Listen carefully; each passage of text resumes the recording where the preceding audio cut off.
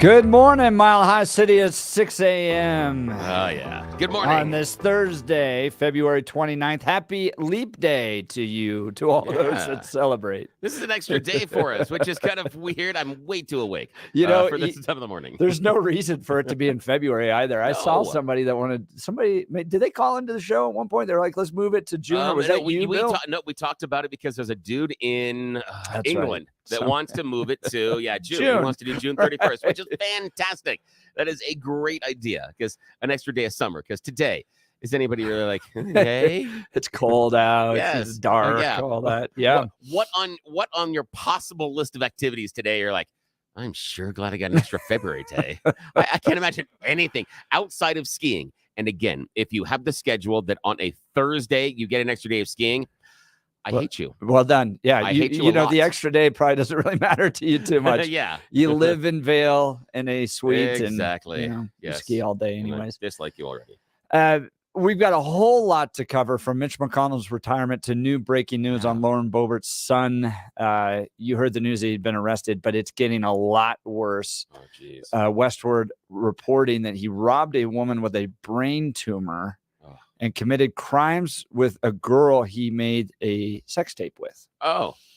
So is that marketing? I'm sorry. I apologize. That's not fair. These days, it started with Kim Kardashian. Exactly. Thank you for remembering that. No one remembers that. And I'm like, wait, guys, do we remember how she became famous in the first place? Do we remember where we started this at? Yeah, I took that Boebert journey a little bit with you. I didn't know some of the news you shared with me this morning. Yeah. And I was intrigued in some of the background after we talked yesterday. To see some of the way it was reported, and some of it was like, more of an understanding tact. More of a, the kid's kind of taking a bad, turn, etc. The reporters were being what I felt kind. And this takes another twist, because it was, better way to put it. The narrative was more, silly little kid breaking into cars, kind of a thing. It's a little vandalism. It's something that is not great, but, that it is something that can be easily corrected. Now we're talking about, robbery. That's different when you get into one-on-one personal crime because of the barrier of entry. And this is not a fair comparison, but we often talk about, again, totally not a fair comparison as far as an analogy, but we talk about how one of the first precursors for anybody that is going to kill someone is killing an animal. One of the early precursors for escalating crime is a crime on someone else. You've got to break that barrier, rather than just breaking into houses, rather than breaking into cars. That kind of stuff are crimes of opportunity. When you get to crimes against people, when you take that step, that is a delineation point. It's the idea of going from that first sip of beer to the first smoke of marijuana to the first snort of cocaine. There's a barrier that is broken, and this is significant. So this is all just now breaking. So it's, they're working to get all the details on it, but allegedly robbed a woman with a brain tumor who said she had just $75 left to her name. Jeez. Wow. So that's to your point, Bill, crossing that barrier and now attacking people. We'll get to that a whole lot more. We've got Deborah Flora in the 8 o'clock hour, and then this new study about how, pulling back the police following all those riots in 2020 actually resulted in more crime. Hugs didn't work. I know. It didn't? Just letting. No. we went out and we hugged the criminals? Didn't have, no? Oh, Denver Gazette reporting a new CU study. So all of that on the news on this show, so you're not going to want to miss it. Let's get to Blake Olson with the news. Good morning, Blake. Morning. Good morning, Jeff and Bill. 28 and clear in Denver on Leap Day. Expecting sunny skies and highs in the low 60s today. The 7-10 5-day forecast is coming up. Our top story, at least for now, Aurora police investigating an accidental death at a dog park near Quincy Reservoir. An explosion was heard early this morning. Police investigated, and the unidentified man apparently was experimenting with fireworks. All right, Denver Mayor Mike Johnston says that 4 illegal immigrant shelters in the city will be closing to save money. $60 million will be saved and used to make sure all city services are funded. We can both still be a city that's welcoming, and we can be a city that realizes we have to be conservative with our fiscal resources and find a way to do both. This allows us to deliver people high quality, dignified services and also reduce the amount of costs we spend, make sure they're successful and the city's successful. They'll close one shelter a week for the next 4 weeks. Colorado Representative Lauren Boebert says that Tyler will take responsibility for his actions and should be held accountable. Her 18-year-old son, Tyler, once again arrested Tuesday in connection with a series of break-ins and thefts in Rifle, and now word that he robbed a woman with who had brain surgery. Police say that he allegedly broke into cars, stole cash, and much more. This story is developing. Jimmy Lee Chavez was arrested and suspected of hitting and killing Tara Engdahl last week with his black Chevy Camaro in Lakewood on West 23rd in Kipling. The car has not been recovered. No word yet on any charges. A new push to make SUV and truck owners in Colorado pay more to drive. Lawmakers considering a bill to add a yearly registration fee of $5 to $10 for large vehicles. We are at a time where cars are getting larger, speeds are getting faster, reckless driving is increasing, and as a result, we see an enormous amount of violence on our roadways affecting everyone. June Churchill is a supporter of the bill. Commercial and agricultural vehicles would be exempt. Both President Biden and former President Trump visit the southern border today. Biden will meet with Border Patrol agents and residents in Brownsville, Texas. Trump will be at Eagle Pass, where he'll deliver remarks. The smokehouse fire in the Texas Panhandle has taken the life of an 83-year-old woman. It continues to burn. A federal bill protecting in vitro fertilization was blocked by Republican Cindy Hyde-Smith of Mississippi, who said the bill would legalize human cloning. After 8 attempts to execute convicted killer Thomas Creech in Idaho, officials called it off after medics unable to establish an IV. And comedian Richard Lewis is dead at the age of 76. His most recent role on Curb Your Enthusiasm. News brought to you by Lair Fireplace and Patio, Denver's premier source for everything fireplace, patio, and grills. Locally owned and operated since 1954. Online at lairfireplacepatio.com. All right, the Nuggets won 17-96, 4 straight victories for the world champions. CU over Cal last night, 88-78. The Buffs now 19-9. The Avs take on the Blackhawks tonight at 7. It's 26 in Englewood, 23 in Golden, 28 in Denver. Jeff and Bill just underway. Blake Olson, News Talk 710 KNUS. Want to take your favorite radio station wherever you go? Well, now there's an app for that. No matter where you are, stream your favorite shows. Tap the app to listen to podcasts. Talk back to your favorite local hosts. At the tone, leave a message. Call the show. Set your alarm. Enter contests and win prizes. All in the palm of your hand. Available now for iOS and Android devices in the App Store or Google Play. And best of all, it's free. Download today.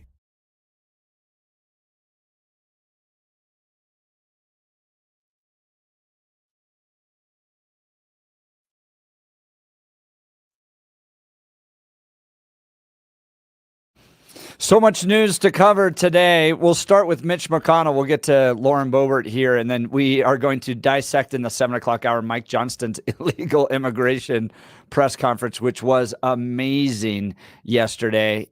You may have heard this thing called girl math, and yes. I'll see if I can pull it up here real quick, and we'll give you a little tease. Hang on a second. I'm on a different station. We have another station having a problem. Okay, there. Okay. Now we're back on the station we're supposed to be on. There we go. So here's my little tease. You may have heard this on TikTok before. This is girl math. So I bought this purse for $38, which means it was $30. Round down, not up.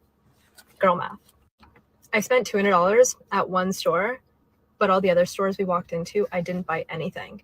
So when you spread it out, that was good. You saved money. I saved money because I walked out of Zara not buying anything. Yeah, girl math. We went to Sephora and the lady at the cash said that that if I spend $20, then I get 500 points, which is $10 off my next purchase. So I made money. Girl math. I bought $20 in scratch tickets and I won $70. So I made $70. Yeah, you made 70, not 50. No, because Girl math. So I'm watching Mike Johnston's press conference. I'm so press confused. conference, and then he does this. So this represents up to $60 million of savings against that $180 million budget estimate. So this would drop our total need to around $120 million as our projection right now. That, of course, is dependent on future inflows. If we see huge surges again, those numbers could change. But this allows us to save up to $60 million, or up to a third of what those budget cuts would have been based on this adjustment. So let me lay this out for you guys. Mike Johnston hosted a press conference. He's shutting down 4 illegal immigrant migrant sites, facilities, right? Yeah. Facilities. That's what the word I was looking for. So he's shutting down 4 of these, and he's going to save the city $60 million. So he's very excited. Look at me. I'm the mayor of the city of Denver. And so he holds this press conference to go spike the football. It's the same thing as girl math. Illegal immigration is going to cost the city, which they allowed, by the way, right? This wasn't just thrust upon them. They allowed this to take place, and it cost the city $180 million. So he finds a way to save $60 million by shutting down these migrant facilities. And let's go celebrate. I saved the city $60 million. No, your policies are still costing the city $120 million. Yeah, it's money that is an overage. You're not saving. It's money you don't have to begin with. And that's the fun part that I saw in the girl math. The idea of I walked into the store and I didn't spend anything, so I saved money. No, that's not how it goes. That's not at all how it goes. We're talking before the show that this is often like what I call corporate math. Math. And corporate math to me is a corporation designs a project for 12 people. They hire 9 and then pay them as 6. That's corporate math. Same thing. Same thing here. And I do, however, the only thing that I will give Mike Johnston credit for on this one is at least he is taking fiscal responsibility. I do not hear these type of just harsh numbers and cuts from Democrats a lot. Yeah. Normally it's about, well, we just have to find the money. We will find the programs. It's all about sunshine. He comes in, he's like, no, we're going to make these cuts. I am surprised he's come back and said, no, we're going to be doing this. We're going to be doing this. We're going to be doing this. And still, I think it hurts his message when he comes back and he's like, here's a little. I mean, if you're $100 over in your restaurant bill, coming back in with $20 isn't going to help. It's not like you can't go to the maitre d' and go, here's part. And he's going to go, yes, sir. Oh, if logic still washing dishes was a requirement to be an elected official. Now, I mean, they take every angle. He found a way to cut $60 million on an overextension. Yeah, I mean, on money that he really should have been spending if they didn't have the banner saying Sanctuary City. And I go back to your friend and mine, Peter Boyles, back in the day when he was on another radio station and Denver was declared a sanctuary city. This is back when radio stations had big marketing budgets and things. It was nice.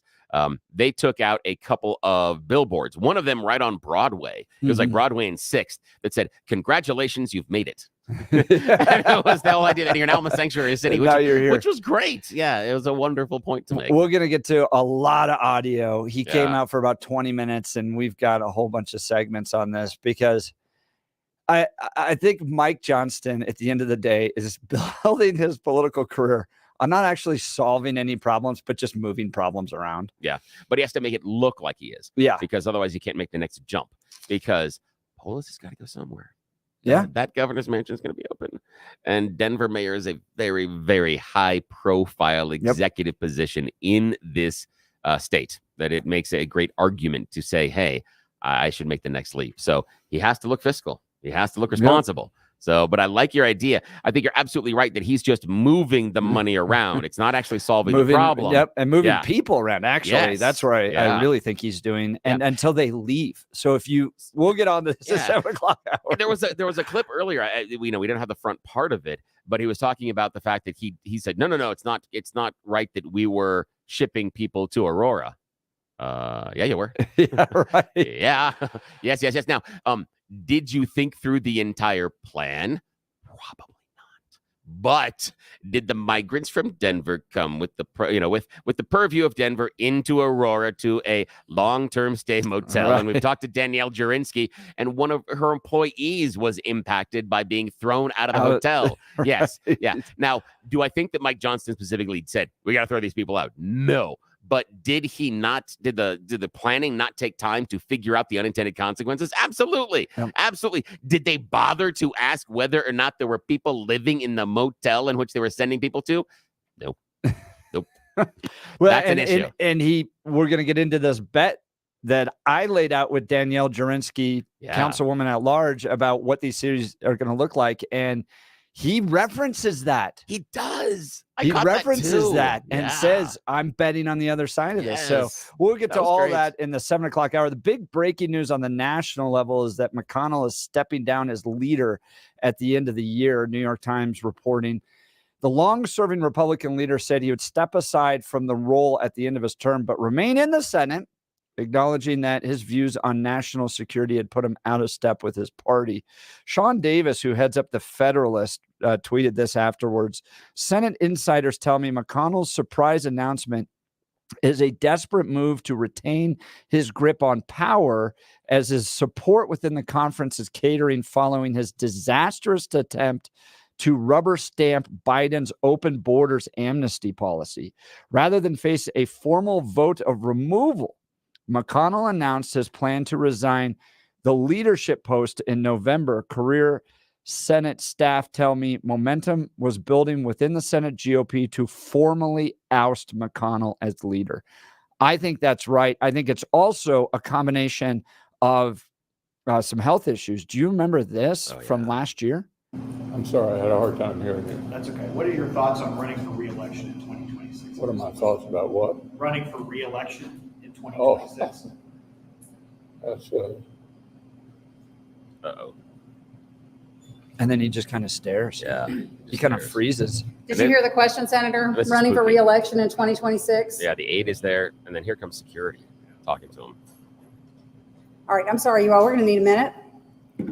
Senator Benny. Yep. They're trying to find the reset button. I'm sorry, it's not fair. It's not nice, but true. That's true. So I worked in the U.S. Senate for Rick Santorum very briefly. I was the media coordinator for the Senate Republican Conference. So there are 3 levels of leadership within the U.S. Senate. There's the majority leader in the party, so Mitch McConnell, and then you have the whip. The whip's job is to run around and get all the votes, right? Count. So there's never a surprise. Yeah, they never want to take a bill. Yeah. So there's never. We've all worked it out beforehand. By the time it gets to the floor, everyone knows what's going to happen. And then you have the conference leader, and the conference leader is in charge of communication strategy. So we would get up every morning, have a meeting with the communication leaders. What are the Senate issues we're going to take on? Who do we want to have talk on it? So we're going to do Medicaid today, and let's push John McCain out. And so my job was to call all the producers, Fox, MSNBC, CNN, work through a whole list that I had on a spreadsheet and go, we have John McCain today. He'd like to talk about Medicaid stuff, or Rick Santorum or Jim DeMint. By the way, that's when I knew Jim DeMint was going to be great, because he would do whatever. He was just happy. Really? Oh, yeah, wow. Like Wisconsin conservative talk radio at 4 a.m. Yeah, I'm on it. Oh, that's great. So you just run into guys that love that stuff. Yeah. So that was my job. And you would see these senators, these guys that this was their whole life. Oh, okay. Like serving in politics was everything to them. Yeah. And the example I'm using is Arlen Specter. I think they need a cookie. Yeah. I'm sorry. So Arlen Specter from Pennsylvania, you may remember him. He started out as a Republican, lost because the party shifted, and he was kind of a more moderate Republican, and then tried to run as an independent. That didn't work. He switched over to the Democrats. That didn't work. And so when it all ended, within 6 months, he died. Yeah. Yeah. He didn't have the Senate anymore to do his work. So Mitch McConnell kind of strikes me as that, like a guy who's been in there for so long. Like you listen to that and you go, the guy, like he's reached that age where our grandparents were. And you're like, let's just welcome to the family party. Let's just put you on the couch and let you sit there for a little bit and enjoy the grandkids running around. But they're not, driving the agenda the way they used to. No, and listening to a little bit of his goodbye speech, it was interesting because of how much he was looking back to the Reagan era. That's the thing that struck me so much and it made me feel like, it was a walk down memory lane, but also gave me a really good window into, things in Washington have sort of passed you by, right? Because your frame of reference is in this time. Yeah. The other one I think is this. This is the other reason that I think it is very, very smart for the GOP to move McConnell out of this type of a leadership position in the Senate. Now, this will not resonate with a large majority of voters, but it can be persuasive to small pockets. And you need those small pockets in swing states. And the argument I'm talking about is, if an 81-year-old man is too old to be in the White House, why is he in charge in the Senate? And it's a wonderful question about the two of them and age. And that's going to be a problem, again, just with small pockets. And it's not going to be the people that already decided doesn't matter, but certain persuadable voters. And this will come down to fine margins. And there will be certain persuadable voters that would have looked at that and go, wait, the GOP is lying to me because they got an 81-year-old guy running the Senate just fine. I can't have the 81-year-old guy here in the White House. That it will look like that dichotomy. And then what they will do is they will then excuse all the other arguments and then they'll just choose on emotion. And I don't know which way that goes. So I think that's part of it as well that is smart. Is this the reason he's stepping away? No. But I'm just saying that on a deeper level of strategy, there is some hate to be made here for the GOP. Here's the question I have for you all, listeners of 710 KNUS. Are you excited to see this change? Is this a good change for the Republicans in the Senate that Mitch McConnell not leaving his office, but leaving the leadership role within the Senate? Is it time for fresh leadership? And who is that person? Yeah, who? Who should step up as a senator into that role as the new majority leader of the Republican Party?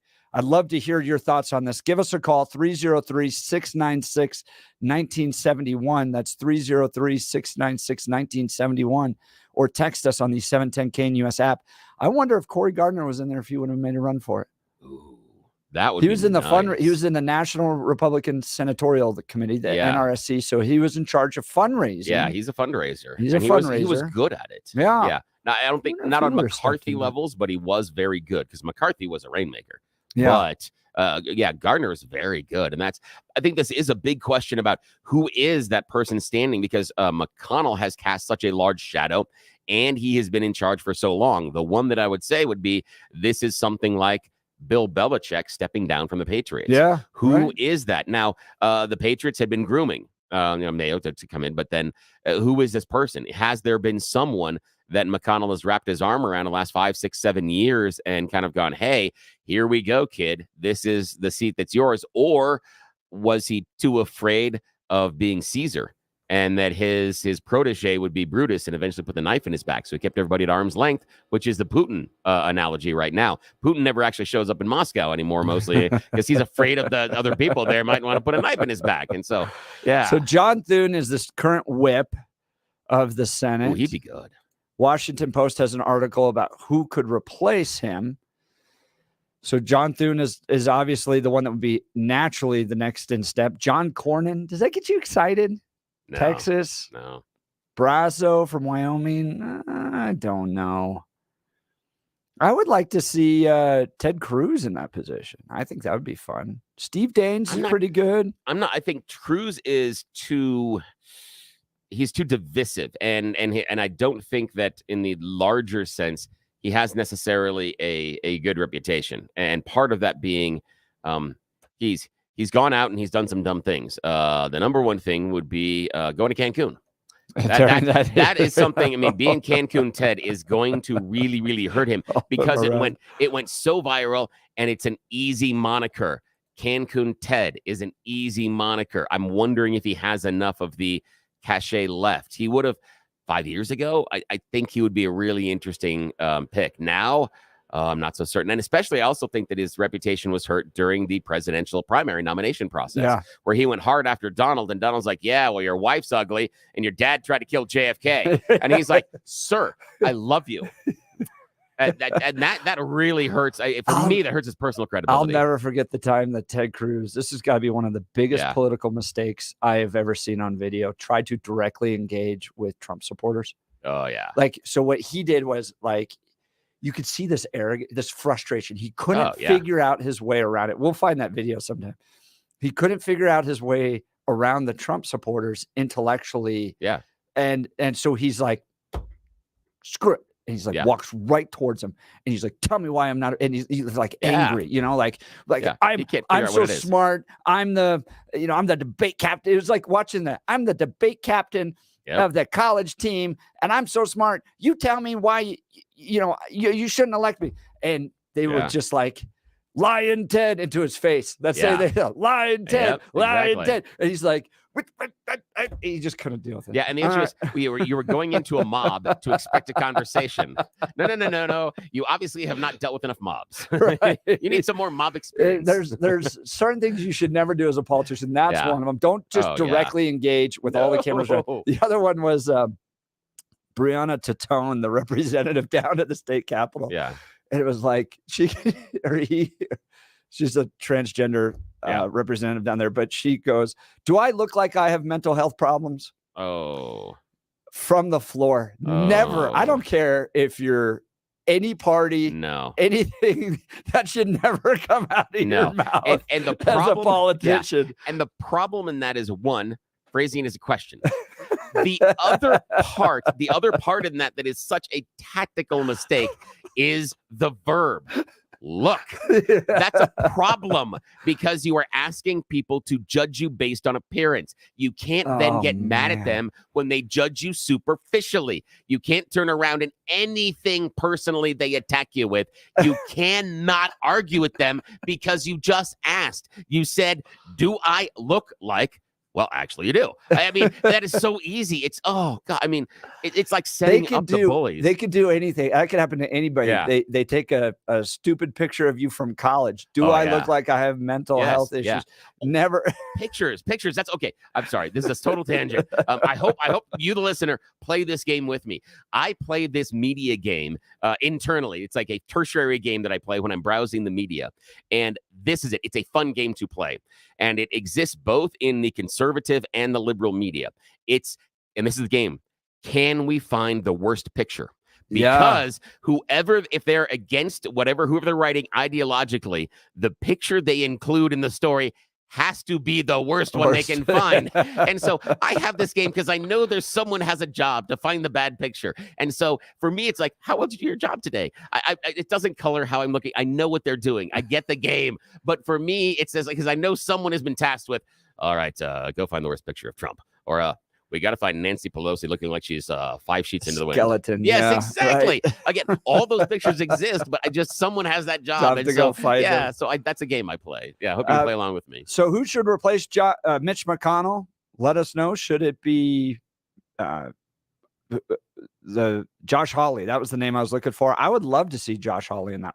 He's fighting. Man, I'm a big fan of Josh Hawley. Does January 6th hurt him? And that's the issue. The thing for me is this is the reason. And what I'm saying is him walking in before whatever happened, and it's the raised fist. Yeah. It's that picture. That picture to me is really, really bad because later on, of course, we've seen the video and he's running away from the same people. That's going to be a problem. It's going to be a real problem. I like it because I think he'd negotiate really, really hard with the left. And I'd like to see that. So give us a call, 303-696-1971, 303-696-1971, or text us on the 710 KNUS app. Imagine effortlessly gliding open your cabinets and drawers to reveal neatly arranged shelves that showcase your belongings. With roll-em-out shelves, you'll easily access your pots, pans, and other essentials, eliminating chaos and increasing speed and functionality in your home.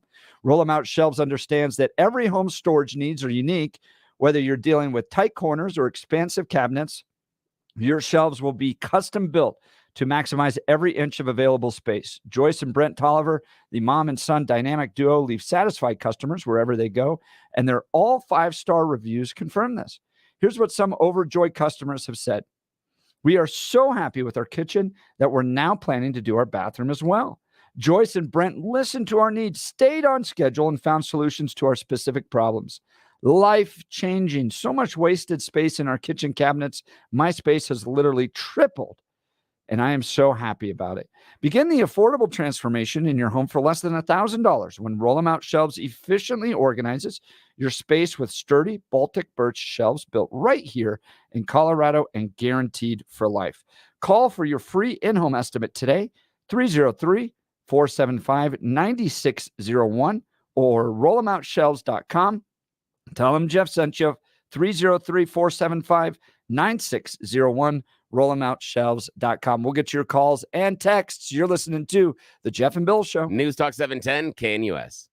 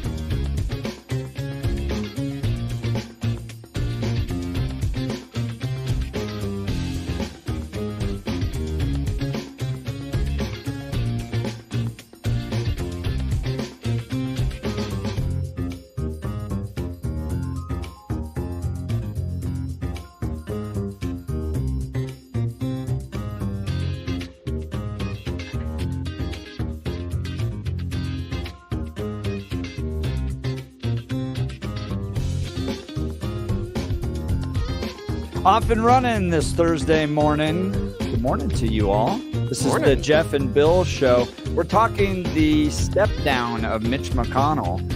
Happened yesterday. He's decided that at the end of the year, after November, he will step down as the leader of the Republican Party in the Senate. Is that a good thing? And who would you like to see step into that? Number of text messages coming in. Joan from Lakewood, definitely not Brasso. That's from Wyoming. He's the senator of Wyoming. Would not like to see that. Eric Manning, yes. Josh Hawley from Missouri, Bigley. I'd like to see the fight too. The Senate is a unique place where, you know, they definitely hold themselves in high esteem, but they try to be the place where like the House, you know, does all of its fighting and those can sway with the culture and the winds of politics and all that. But once you get to the Senate, we're a reasoned body. This is where the tea comes to cool a little bit, and we'll think through this. So would Josh Hawley be good with that, or would he just kind of continue that over? John Thune would be the natural to step up.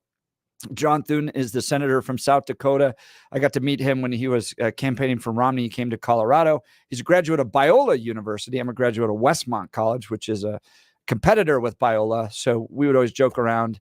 I'd go beat Biola, beat Biola when I was with him. And he would go, oh, Jeff, the Westmont guy.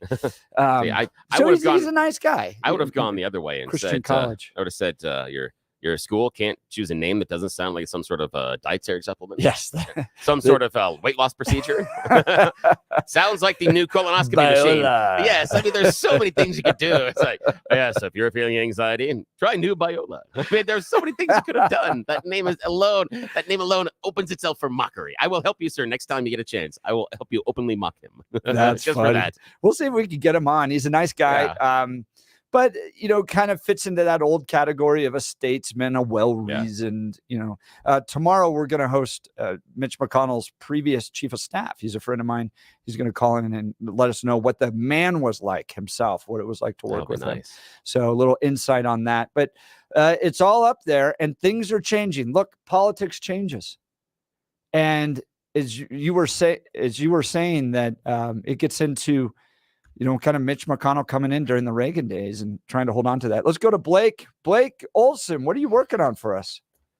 Well, you know, I mean, there's not a lot to talk about. Aurora police invest. No, I'm joking. Yeah, see you later. I know, I'm joking too. Aurora, and you know what, Billy, I'm sorry. I have to talk about that Biola real quick. I agree with you on that one. Every time I see that, I do not understand. Do you guys know what it stands for? Aurora, it stands for the Bible Institute of Los Angeles. Is that what it really? Yeah, that's what it stands for. Interesting. They need to workshop that a little longer. No, they do. They do. Billy has all the answers. All right. Aurora police investigating an accidental death. They say an explosion at a dog park near Quincy Reservoir. We'll talk about that. And once again, Lauren Boebert's son, Tyler, this story is getting really interesting and sad. Evidently a robbery, as you mentioned earlier, of a woman who had a brain tumor and $75 to her name. So things not looking good for the Boebert family again. So that's it. Much more. I may have something on Stephen A. Smith also. It's been driving me nuts. So I can't wait. We'll probably Blake, have that at the top of the hour, should Lauren Boebert at this point walk out to the media and pull a Will Smith and just say, my son's name stays out of your mouth? No, I don't think she should do that at all. No, I hear you though. Yeah, I mean, if I was, who's she gonna attack? I want to see this. Right, the slap. Oh man. I mean, oh my goodness. If I'm just putting myself in her shoes at this point, and obviously we talked all about this yesterday. So I think she needs to put her family first. She needs to focus on her family, and that should be her top priority as a mother to them. But if my kids, and Tyler put himself in this position, I'm not ignoring that. But if you came after my family, the amount of times they have come after her family, I would, oh my daughter or my sons stay out of your mouth.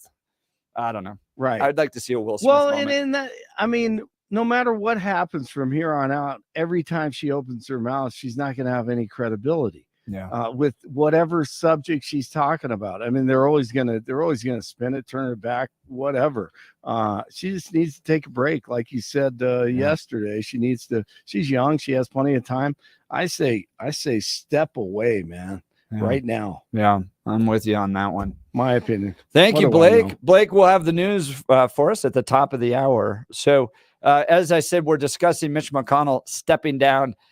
You may have heard the term cocaine Mitch, and I went and did a little digging. It comes from a campaign ad from one of his opponents in a Republican primary a few years ago. Here's the ad. Swamp Captain Mitch McConnell has created millions of jobs for China people. While doing so, Mitch has gotten rich. In fact, his China family has given him tens of millions of dollars. Mitch's swamp people are now running false negative ads against me. They are also childishly calling me despicable and mentally ill. The war to drain the swamp and create jobs for West Virginia people has begun.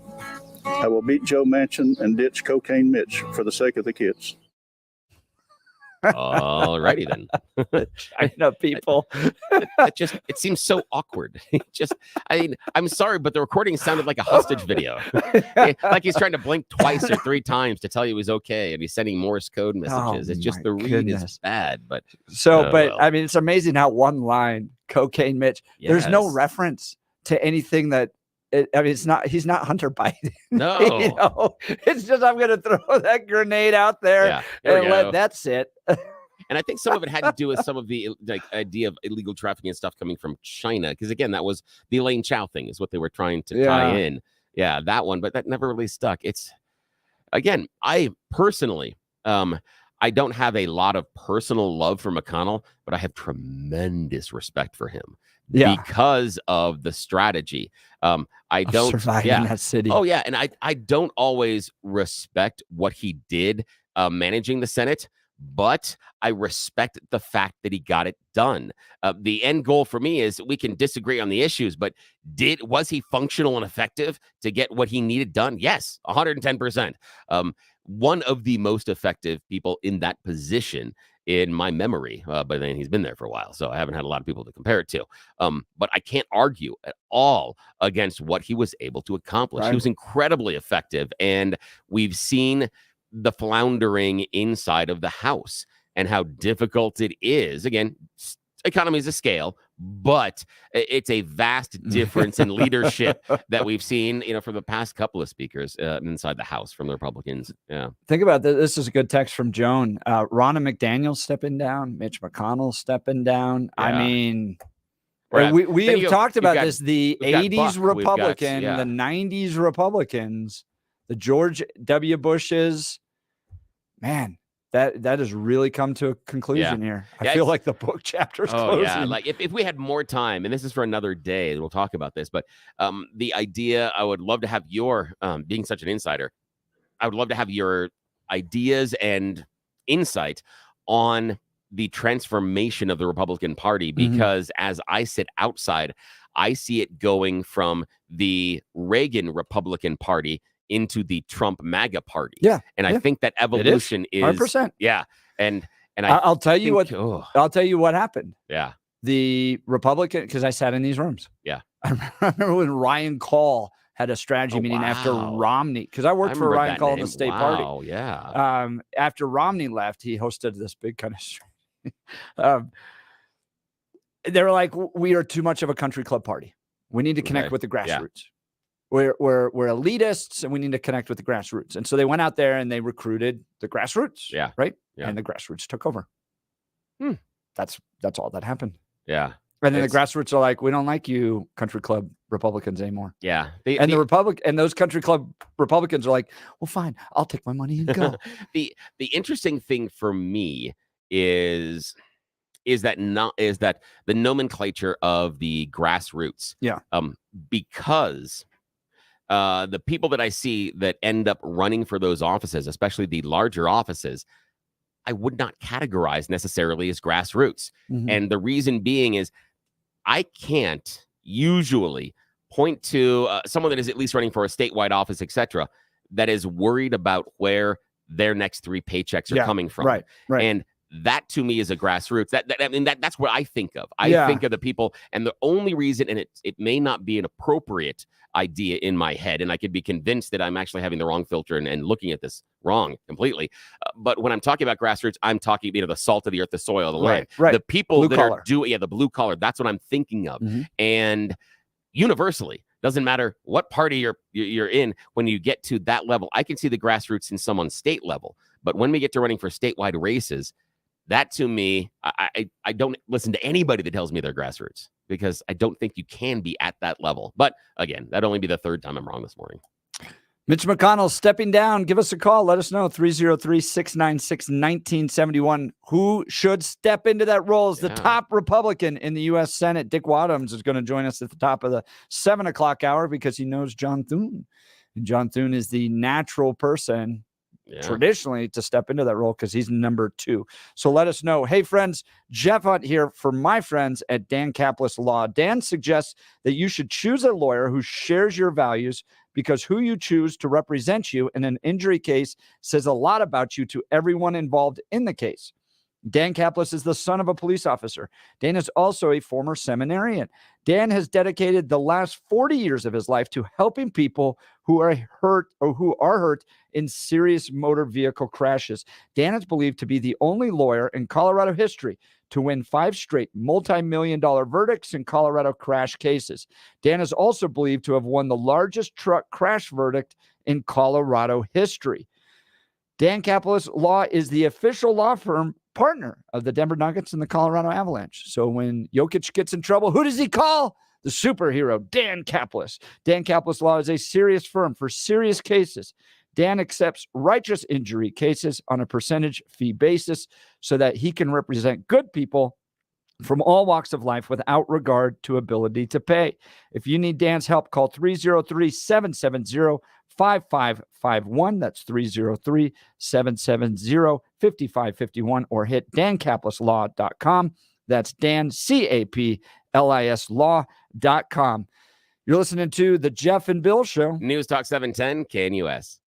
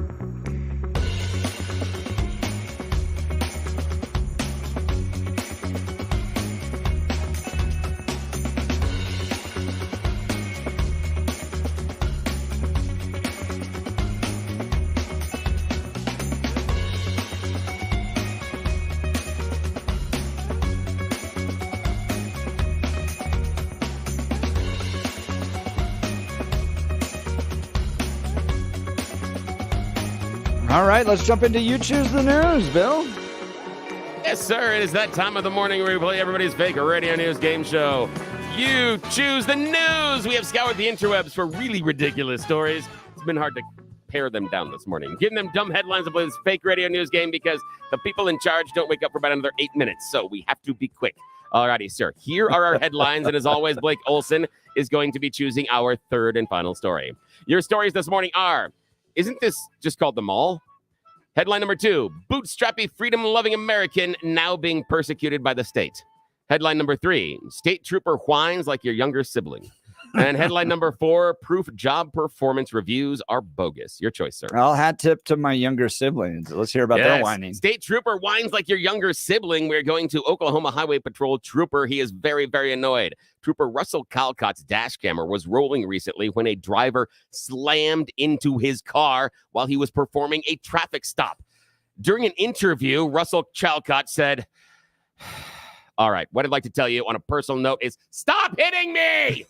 This is the 6th time in the past 2 years that Chilcott's cruiser has been struck during a traffic stop on a highway or another road. So again, he's yelling like your little kid, stop hitting me, Mom. He's hitting me. Yeah, so I like that one.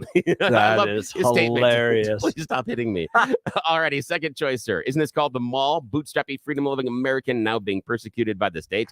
Or proof job performance reviews are bogus? Let's do job performance reviews. This is absolutely proof those job performance reviews are bogus. So we are talking about the ferry captain that is responsible for the multi-million-dollar crash July 2022 in Puget Sound.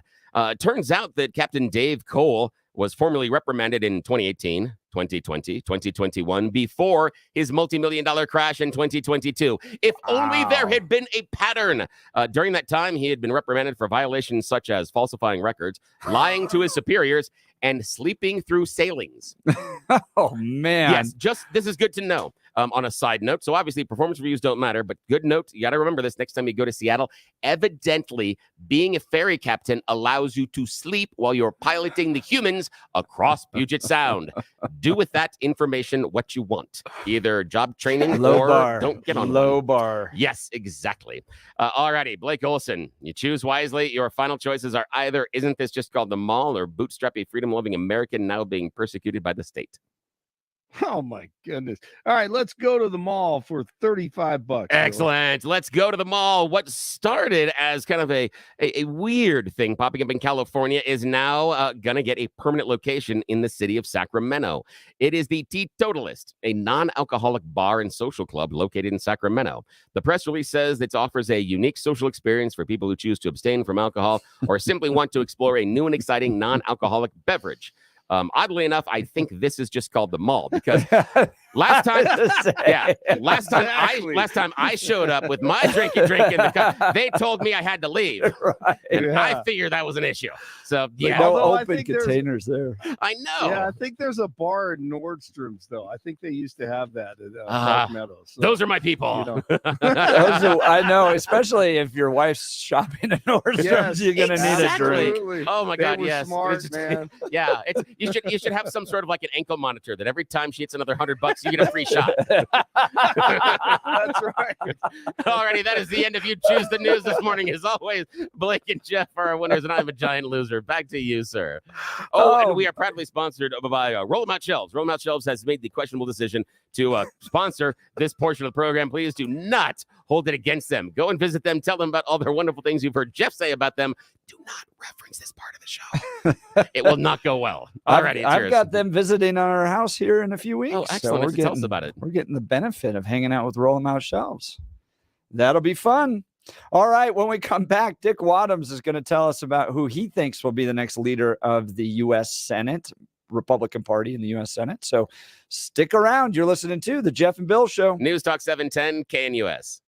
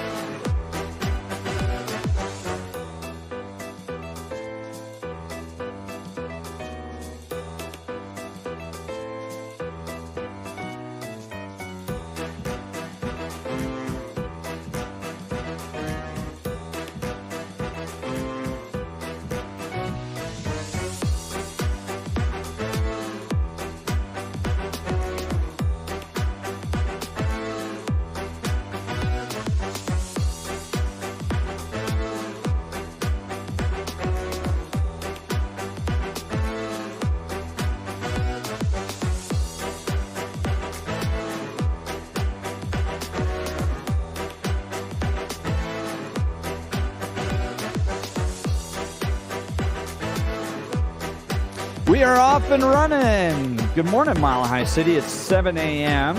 on this Thursday, February 29th. We are covering it all on the show today from Lauren Boebert's son, and that's getting a lot worse to Mitch McConnell stepping down as the leader of the Republican Party in the Senate, Mike Johnston's girl math illegal immigration press conference that took place yesterday. We're going to get to that in this hour. Deborah Flora joins us in the 8 o'clock hour. And then shockingly, the University of Colorado found that when you pull the police back in a community, more crime happens. That's weird. Bizarre. So if we just meet with the criminals and ask them how they're feeling and what are my stuff they want, that doesn't work as well. No. Or just letting them do whatever they want. Oh, yeah. That's it. Because we have to understand them and what they're going through. Yes. It's oddly, I mean, we discovered this when the solution for the Democrats, and I will always come back to this, is the way to help the people that are addicted to drugs is let them do more of it and then watch them while they do it. That's how we help. Great. Yeah. Wonderful. Yet again, another one of their wonderful plans coming to fabulous fruition. It's amazing that they even find the ability to get money into their own pockets. Yeah, it is. Maybe they can give it to the criminals. That's it. Maybe that's the idea. Not theirs. More understanding it's that way. It's definitely going to be yours. Exactly. It is. It's always my money.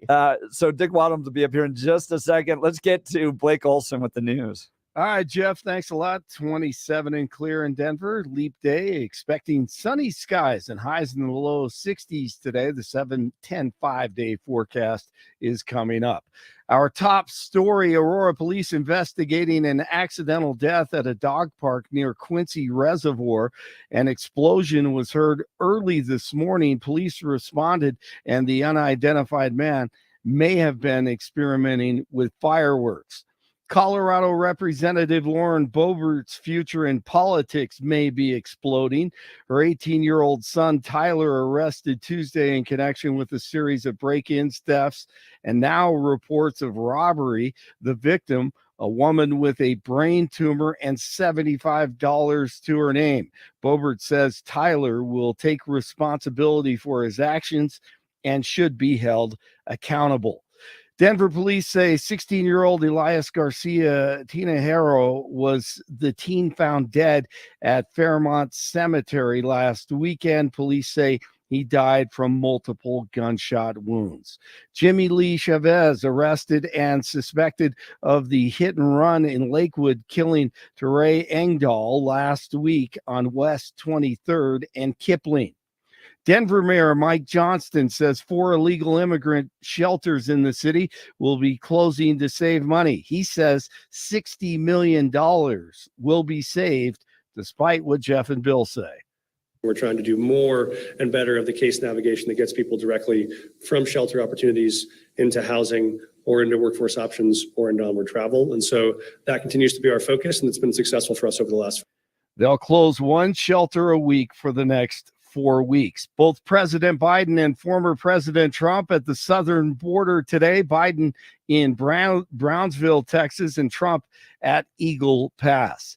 A bill that would protect access to in vitro fertilization is being blocked in the Senate by Mississippi Republican Cindy Hyde-Smith, who says it would lead to human cloning. And ESPN's Stephen A. Smith talking politics with Charles Barkley. Would I vote for Nikki Haley? I'd strongly consider it. Compared to what we have out there, I'd strongly think about it. I was a fan of John Kasich. The only Republican I've ever voted for, period, was Chris Christie. And that was a governor in New Jersey because I couldn't stand Corzine at the time because I thought he was an absolute mess. But I thought about Christie. You look at Kasich.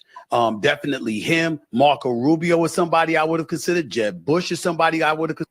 All right, timeout. Stephen A. Smith is being exposed for the fraud that he is in real time. We are watching this. And I credit Jason Whitlock for the journalism and investigation into this. He's doing all the work. Stephen A. just wrote a book about himself called Straight Shooter. It should be called Crooked Shooter. And there is so much fiction in this book. I mean, he talks a lot of trash, and that's fine if you could back it up. But fans and teams like the New Orleans Pelicans, they have pushed back on Smith and calling him out for the obvious lies on social media and in other places. I mean, he says he played for Winston-Salem State University. He's been doing this for years. I mean, there are so many things with Stephen A. Smith. Not a shock, and now he's showing up on all these conservative talk radio shows. It was probably 8-10 years ago. I heard him call Mark Levin's show and say, I disagree with you a lot, but we're still friends, we're still pals. Yeah. This dude, man, I think he's the biggest grifter on planet Earth. Right now, Blake, there's a lot of them out there. You know what I'm surprised with so far that I haven't seen yet? I haven't seen the George Santos references with Stephen A. Smith. And I'm waiting for those. I'm waiting for that because that is the next connection, because that's really what it is. He's invented so many things behind the scenes, and Stephen gets he gets attention because of his bombast. He has figured out the way to get attention simply from the outrageous things that I say, whether or not they're true. Sure. Yeah, he's just the kid. So true. Yeah. He's the kid. He's the fifth grader that is screaming on the playground just for attention. That's who he is. No doubt. And ESPN has supported him in this. Yeah. I mean, there was one, I don't watch ESPN, but there was one show I had no idea. It was a few years ago, I guess. They actually went to Winston-Salem. And he's standing up there with so-called former teammates. Oh, God. And they've got to be in on this as well. Yeah, they have to be. They have to be making money with his name or whatever. But you talk about credibility. Whitlock has just crushed it. Oh, that's wonderful. For the past, I mean, if you have a chance, I think there's like 4 long programs. And I mean, he's really being exposed. It's kind of sad, but I mean, he goes on what's his name, Howard Stern last week, and Howard Stern is talking to him about, hey, you're the man, you don't deserve this, and he doesn't even know what he's talking about. I mean, the guy writes this book, and 95% of it looks like they're all lies. So, enjoy it if you have an opportunity. It's entertainment in the end, unfortunately. All right, Nuggets 117.96 winners, 4 straight for them. 24 in Broomfield, 26 in Aurora, 27 in Denver. Jeff and Bill continue. Blake Olson, News Talk 710 KNUS.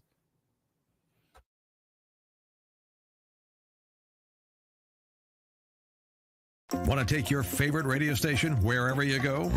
Well, now there's an app for that. No matter where you are, stream your favorite shows. Tap the app to listen to podcasts. Talk back to your favorite local hosts. At the tone, leave a message. Call the show.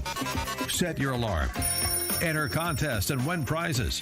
All in the palm of your hand. Available now for iOS and Android devices in the App Store or Google Play.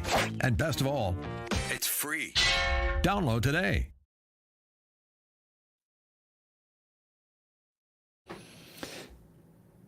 Big national news yesterday. Mitch McConnell to step down as leader at the end of the year. Joining us here on 710 KNUS is Dick Wadhams. Dick is an American Republican political consultant known for his role in guiding John Thune to an upset victory over the United States Senate Minority Leader Tom Daschle.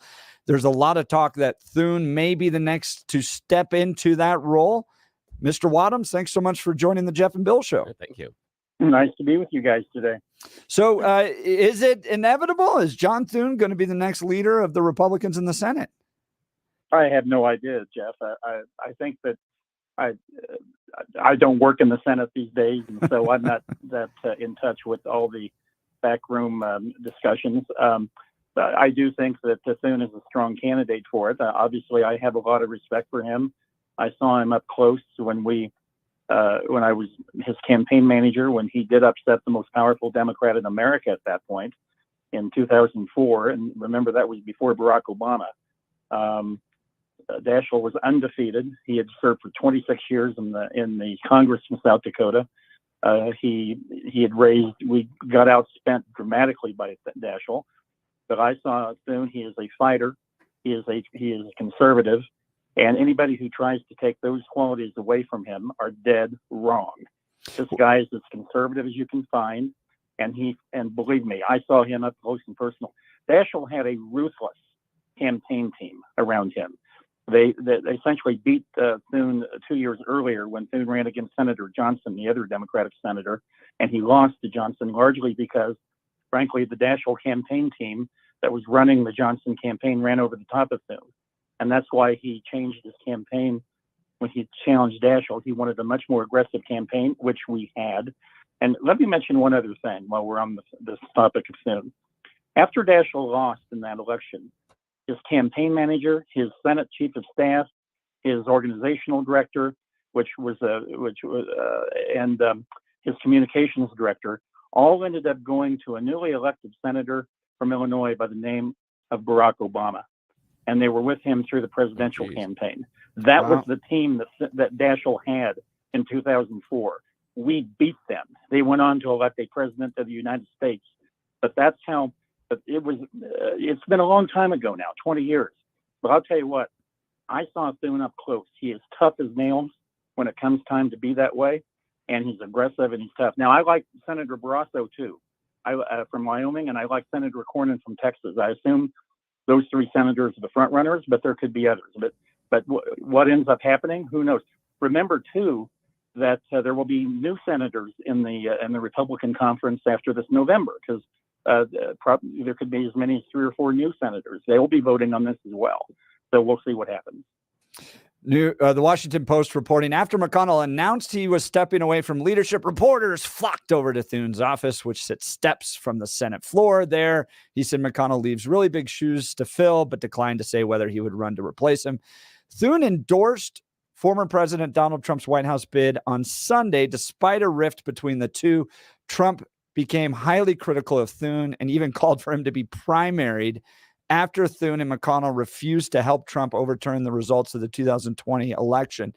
Thune cannot run again for whip because of term limits. So this would be a natural step up for him. But let's dive into that change that's taking place within the Republican Party.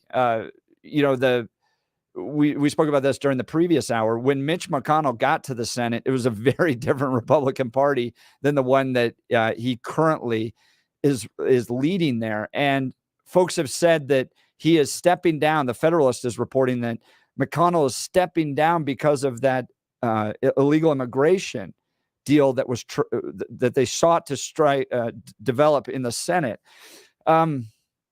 Why not go with a leader that's more Trump friendly moving forward? Why not Josh Hawley or a Ted Cruz or that wing of the Republican Party for leadership in the U.S. Senate?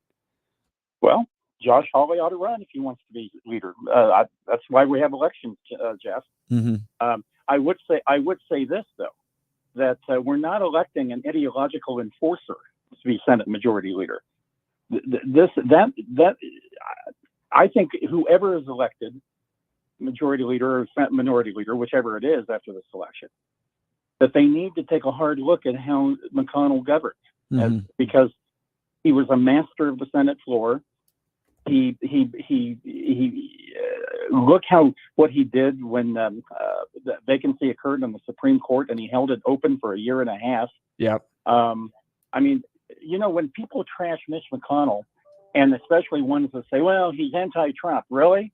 This is a guy who got the Trump tax cut through. By the way, that tax cut bill was largely written by the Speaker of the House, Paul Ryan, but of course that never gets mentioned. Yes, Trump nominated 230 federal judges, including 3 Supreme Court judges. He nominated them, and that's to his credit. They were outstanding nominations. But remember, it was Mitch McConnell who had to get those through the Senate, and he did. And Mitch McConnell is the one who backed up Trump's efforts for deregulation reform, federal regulation.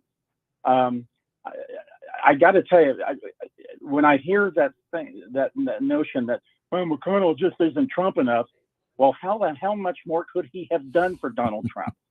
His signature accomplishments were because of McConnell's leadership in the Senate.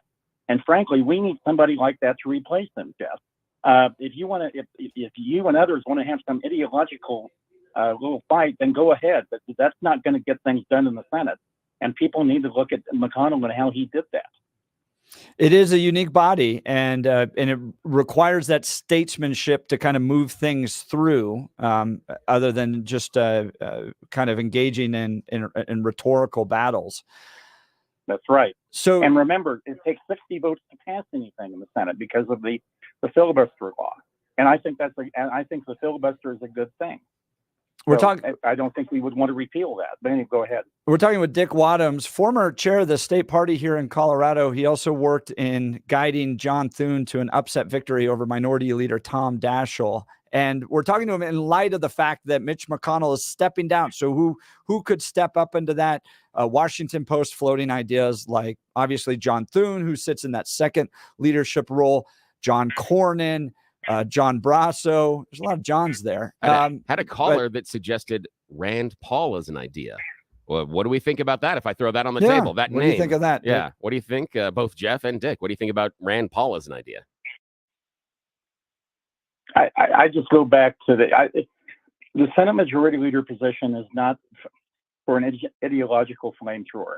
I'm just going to throw that out. Now, I know people will probably disagree with me, but it's somebody who needs to who gets things through the Senate, which is a very difficult thing to do because it does take 60 votes on many of the key issues. And so I think it's going to take. I think it needs to be a solid conservative. I don't have any. Obviously, I agree with that, but it's got to be somebody who understands the Senate and how to get things through. If you can't get things through the Senate, I don't care a darn who the president is and what his agenda is. It's not going to be enacted. Josh Hawley did float the idea that Daines would be a good replacement for McConnell. Steve Daines is the senator from Montana. Do you think Daines could maybe bridge those gaps between more of an old school Senate statesman like approach and a ideological flamethrower like Josh Hawley? I think Daines might be a good alternative there.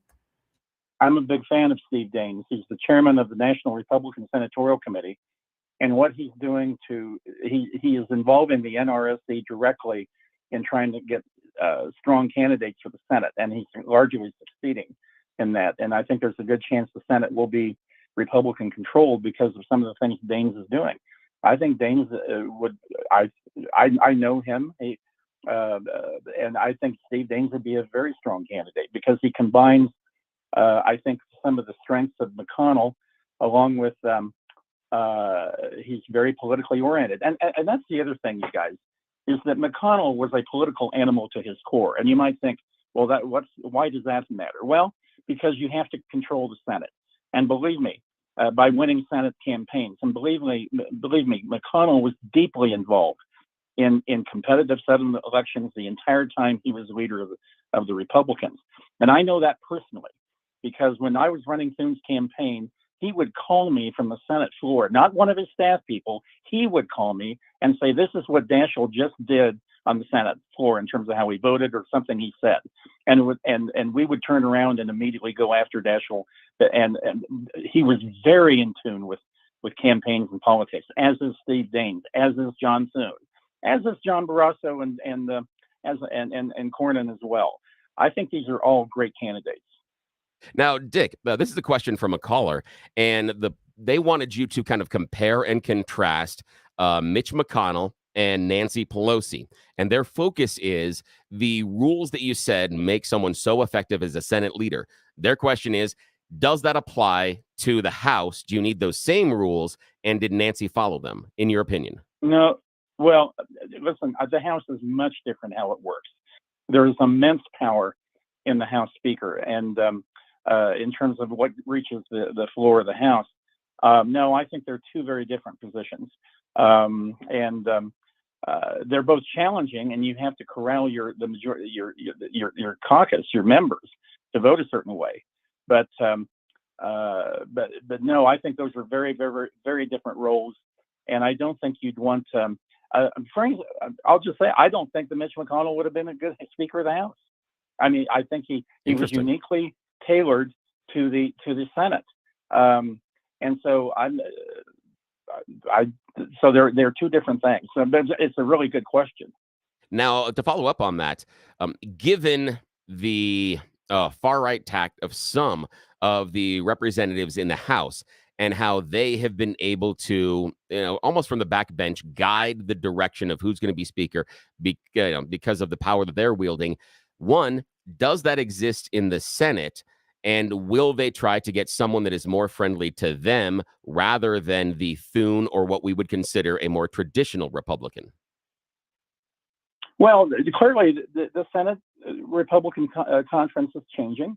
There are these younger senators are much more aggressive. Nothing wrong with that. I remember a senator by the name of Bill Armstrong when he was elected in his early 40s in 1978, and he became one of the vanguards of what happened to the party when Ronald Reagan was elected in 1980, and so the Senate does change.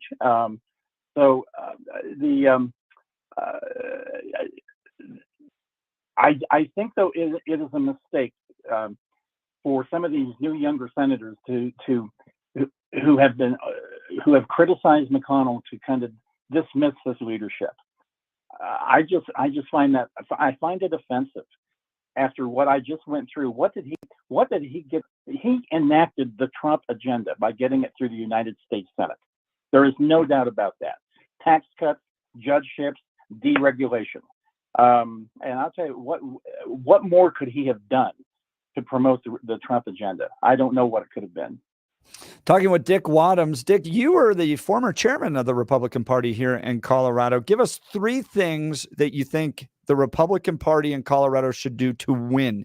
That's the only thing they're there to do. It's what I told Dave Williams when he got elected. You're there to win, deliver victories. What are 3 things they should do to win?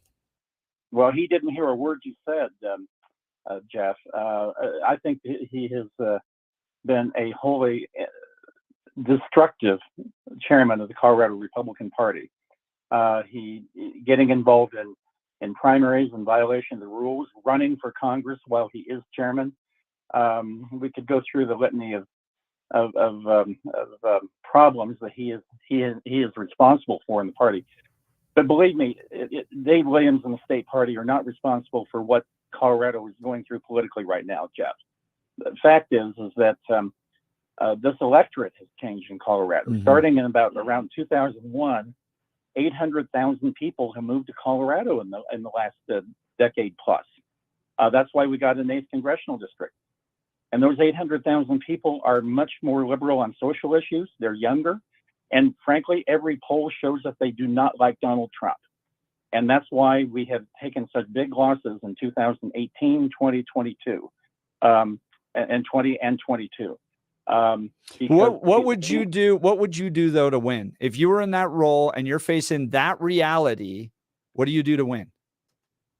You try to nominate the strongest candidates you can, but Jeff, right now, and I will tell you that for instance, in 2022, I've heard from the Dave Williams crowd that, well, if we had just nominated Trump candidates, we would have won in 2022. That's why Joe O'Dea lost. That's why blah, blah, blah. You're telling me that Ron Hanks, the clown who actually shot a defunct copier with a Dominion sign on it, could have won a statewide election in Colorado in 2022? Or that Greg Lopez, who said he would and I like Greg Lopez personally, but he said he would actually pardon Tina Peters if she's convicted on felony charges, so that she's going through into court next month. I mean, we nominated strong candidates. They did not lose because they weren't strong enough conservatives. They lost because these new voters do not like Donald Trump. It's not because unaffiliated voters vote in our primaries. It's not of any of that. But that reality, so many people refuse to accept the fact that Trump right now, his approval rating in Colorado by a recent poll is only 35%. Well, that's what it was before as well. But Republicans are impacted by that unpopularity of Donald Trump. I respect what Trump did. I love what he did on all the things we talked about, what he got through the Senate. But the bottom line is his personality and things he says and does, and then you throw in the stolen election conspiracy crap that he continues to talk about, his behavior on January 6th. And I'll tell you something else. When he attacked Nikki Haley because her husband is not with her on the campaign trail, because he is actually on being deployed by the United States military in Africa. You talk about turning away unaffiliated voters and women. So and suburban is the strategy then? And that's why we have a problem right now. Is the strategy then you run anti-Trump candidates? I'm still trying to get to a place of victory. I understand that there's all these forces out there, but if I want to win in Colorado, what do you do to win? I frankly don't, Jeff. All we can do right now, we have no statewide elections in 2024 other than the presidency on the ballot. But in 2026, we've just got to nominate as strong of candidates as we can and hope that they can get past this. But we couldn't in 2022. And I mean, this is the reality. And I'm not saying run anti-Trump candidates. I'm talking about trying to run candidates who appeal to voters beyond their dislike of Trump. Now, I have some hope on this front because the defeat of Proposition HH by 20 points suggests that these voters, when you can separate them from their dislike of Donald Trump, that they focus on the issues, that we can still win on those fundamental tax, budget, and policy issues. I believe that. But right now we're in a situation where these voters don't like Trump now, and you can interpret that as anti-Trump if you want to, but this is the whole cold hard reality. So no, I am not suggesting running anti-Trump Republicans. I'm suggesting we run Republicans who can talk to these new voters on the issues they care about and hopefully get past that. Great. That's what I was looking for. Like I think I get that there's a lot of. Hey, Jeff, let me ask you a question. Do you think Ron Hanks would have defeated Michael Bennet? No. Okay. I don't. But here's what I'm trying to get past. There's a lot of personal animosity within the Republican Party, frustration, and it's all rooted at losing, right? If you're losing, there's everybody points a finger. I just want a pathway forward. And I told Dave this. Go win city council races. Get something under our belt where victory starts to come in. The mayor of Pueblo, for instance. I got to tell you, when I saw that, I was like, thank God. I don't even really know who that person is, but we got something. We got something going on. Build the momentum by starting small. And if the argument from Dick Wadhams is don't focus on the national issues, have a direct conversation on the issues that are affecting Coloradans directly, Proposition HH, financial issues, crime issues, then that becomes, I think, a viable way forward. I just want to get the Republican Party winning in some capacity, even if it's small. And then we can work on the statewides later. But that's what I'm interested in. And Jeff, I agree. And I'll tell you, we do have state legislative elections, of course, all members of the House, half of the Senate. And I would hope that those candidates that run as Republicans will focus on those issues and stay away from this national election and focus on the crime and the transportation and all the issues that people care about. That's how we have won election. And I got to tell you, Jeff, I know that, and I've heard you talk about how people from the past are irrelevant. Well, I don't think so. I got to tell you, I still think that anybody who wants to run for governor in 2026 ought to take a hard look at Bill Owens, who I know a lot of the Trump people don't like. But let me tell you, he's the only Republican governor we've had in 54 years in the state. And he was a successful governor. He ran on a clear agenda to cut taxes, improve transportation, and reform education. And he enacted all three of those things. But he was disciplined. He focused on the issues people cared about. That's how he won the election. That's how he governed. We need to go back to that. And frankly, we've had several good people run for governor who didn't make it. But nobody has.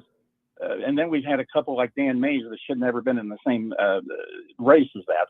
But we need people who focus on the issues that people care about. And frankly, we haven't done that very well. Yeah, I don't know if I've ever said that the past is relevant. I worked to maintain Bill's legicy at Centennial Institute. I have heard you kind of dismiss anybody from the past that they don't matter anymore. Well, I'll tell you what. I think that the people who got elected in the past, who ran aggressive campaigns, and confronted the Democrats and then governed the same way, like Armstrong, Brown, Allard, and Owens, and Cory Gardner, they are still relevant today. I disagree with you strongly on what you say about them. I don't think I've ever said anything bad about them. You have never said anything specifically by name, but you denigrate anybody. I have heard you denigrate anybody who came from the past, and I don't like it. I'm telling you that. Dick, I don't think I've ever said that. I mean, you're welcome to. You're welcome to, but I'm also pointing out the reality that the 80s and 90s, the George H.W. Bush Republicans are not in control right now. Right now, now I'm going to step. I'd like to step in the middle here, just as being the peacekeeper between the two. I love the conversation, but what I want to do is I want to create a little bit of a delineation point, and I think where we're coming to a disagreement on this one is the idea that inside of Colorado, in order to win, one of the detriments that the Colorado Republican Party has right now is a purity test. That if you are not pure enough MAGA, you are excommunicated. We have a website, Rhino Watch. If you're not pure enough, you are excommunicated from the party. And I believe that where the conversation should be, rather than who said what or who didn't like this, should be the idea of, is it a solid premise that in order to win in Colorado, regardless of your political opinion, in order to win, is the MAGA purity test a giant negative instead of a positive? And are you shooting yourselves in the foot by demanding that purity test and then expecting to win? And that the answer to that is definitely yes, Bill. That you're shooting yourself in the foot, and that's what we've got. And that is what the current leadership of the Republican Party in Colorado is doing. And there's an absolute policy to try to expunge people that are not pure MAGA or pure enough MAGA in their view. I don't know how that. Republicans are down to 23% of the electorate. Democrats are 27. Unaffiliated voters are 48. And I don't understand this purity test. I don't understand this notion that we should be expunging people from the party, but that's what they do. And you are dead right. Now, Dick, now here, I'm going to, of course, because if you've listened to the show, you know that my job here is to make things more difficult. Now, what I'm going to say is, on the other side, I believe there are going to be some voters that will say, Dick Wadhams talked about how do we converse with the new voters we have. I think sometimes the people are going to bifurcate that into, hey, all these new voters we got under Trump, they were MAGA. We won an election with Hillary and Trump that we weren't supposed to because of all these new voters, and they were persuaded by the MAGA message. How do you respond to the voter out there that says, yes, I agree with Dick Wadhams that the GOP needs to talk to the new voters, except I disagree with him because I feel the new voters are the MAGA voters? Well, not here in Colorado. And to your point, though, Bill, yes, Trump was able to move a lot of people to Republicans that hadn't voted for Republicans before, largely in those Midwestern states, Wisconsin, Pennsylvania, etc. But here in Colorado, that's not the case. We don't have those blue-collar Democrats that moved to the elections for him in 2020 in 2016.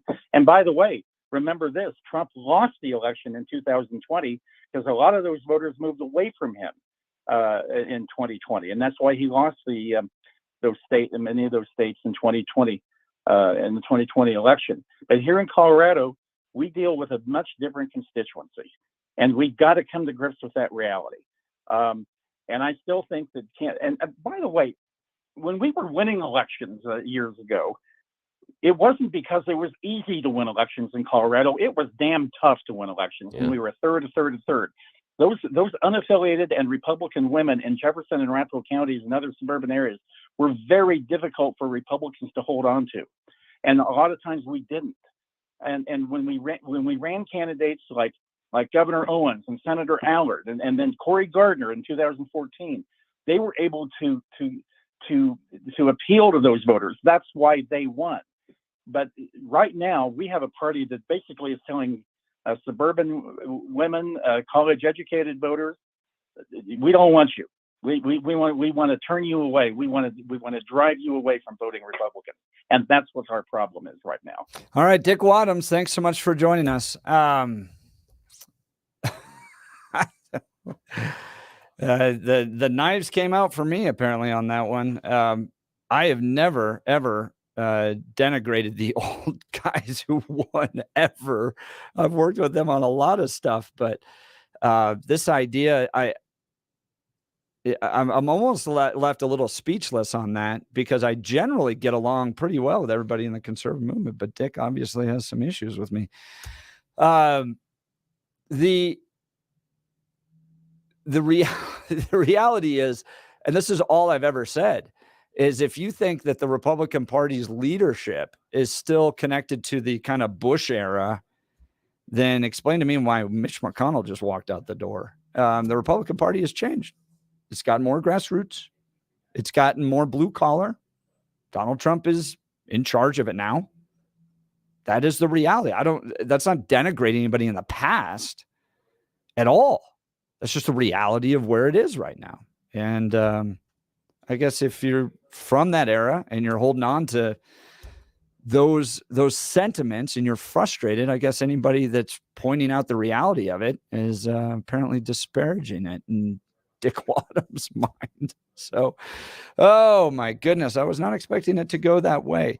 Hey, we'll get to your calls here in just a second. Joe and Brian, appreciate you guys. Hang on just a second. Hey, your home is a significant asset, and choosing the right team to help you sell it can be the difference in thousands of dollars in your pocket. I highly recommend Gay Ribble and the Empower Home Team, the realtors I trust. Empower Home Team provides exceptional service, invaluable advice, and employs unique systems to maximize the money you get for your home.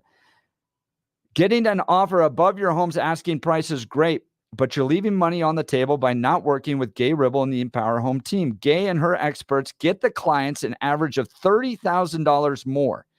Could you use an extra $30,000? That's precisely why you need Gay Ribble and the Empower Home Team. Their exclusive database is filled with pre-screened buyers ready to make a purchase. Take the stress and hassle out of selling your home while getting the best price. Here's an unbeatable offer. Gay Ribble and the Empower Home Team will sell your house for 100% of the asking price, or Gay will pay you the difference. It's an offer you simply cannot refuse. Get 100% of your asking price guaranteed with Gay Ribble and the Empower Home Team. Reach out to my friends and realtors, Gay Ribble and the Empower Home Team today. Call 833-301-SOLD. That's 833-301-SOLD, or go to gayhasthebuyers.com. That's GAYE hasthebuyers.com. All right, we'll get to your calls in text. You're listening to the Jeff and Bill Show. News Talk 710 KNUS.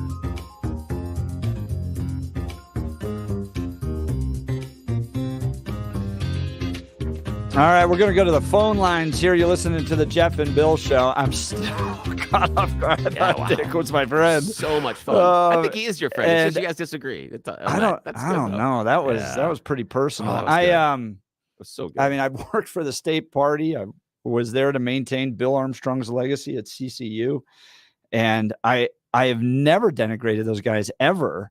I've appreciated the work that Bill Owens did, Wayne Allard, all those guys. All I've pointed out ever was that the Republican Party has changed. It's shifted.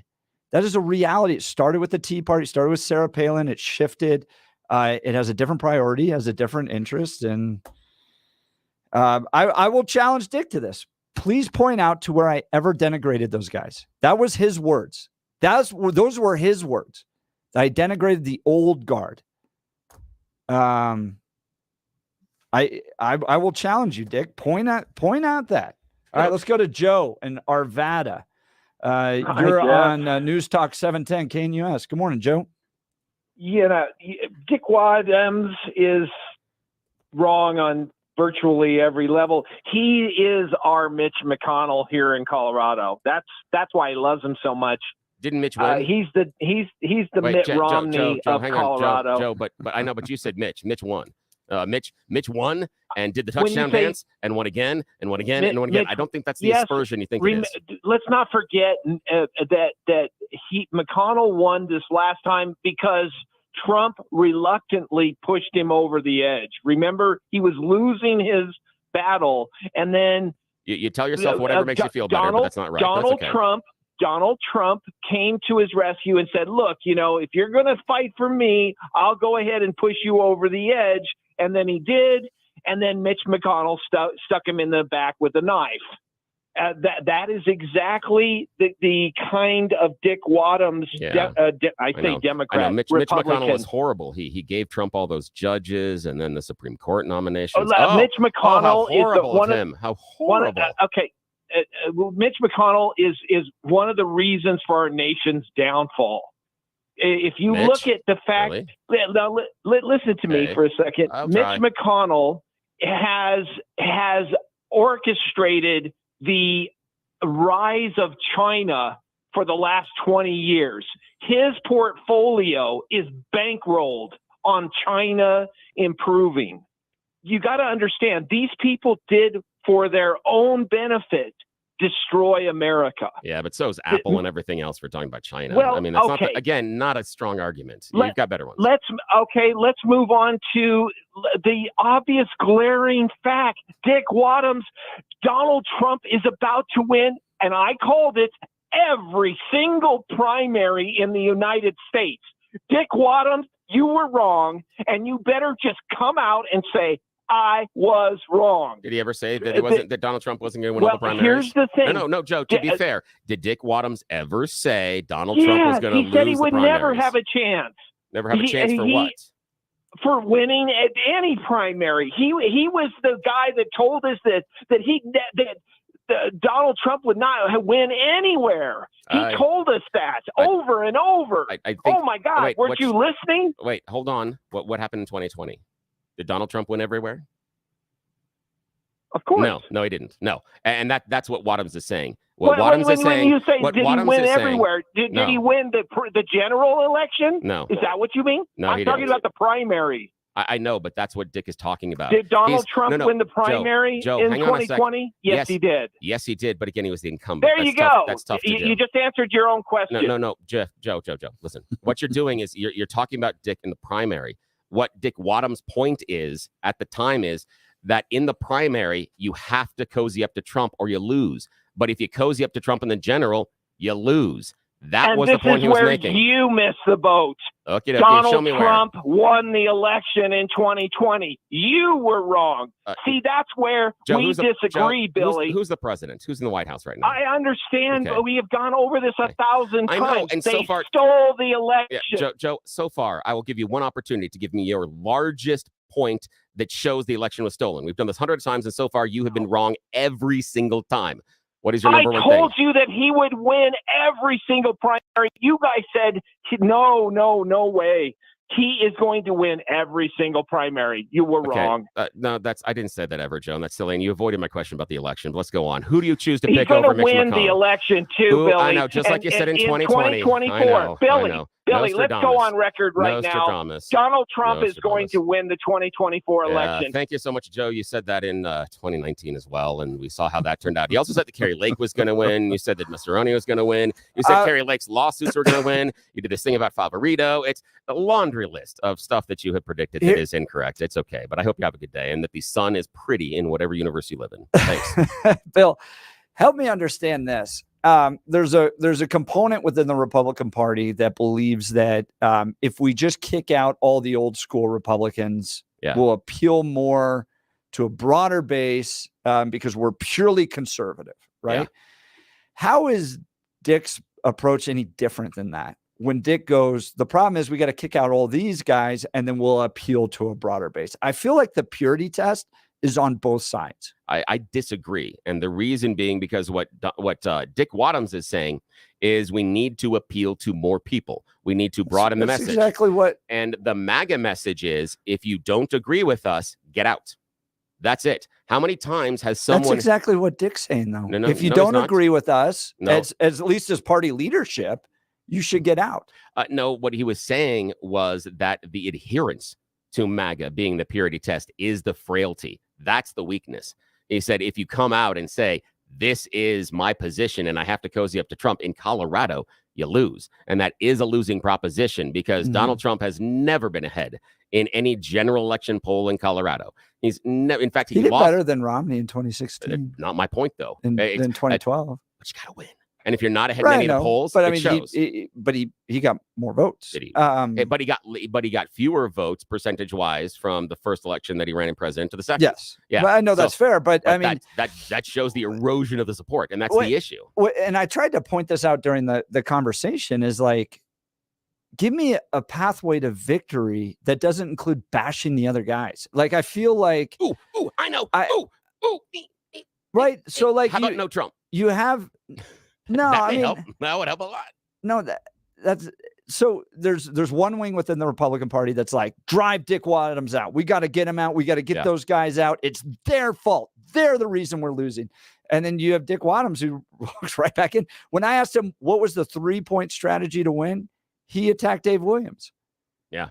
And I'm like, okay, well, I guess that could be your strategy is like, we got to get these guys out. We got to go. They're the problem. They're the reason we're losing.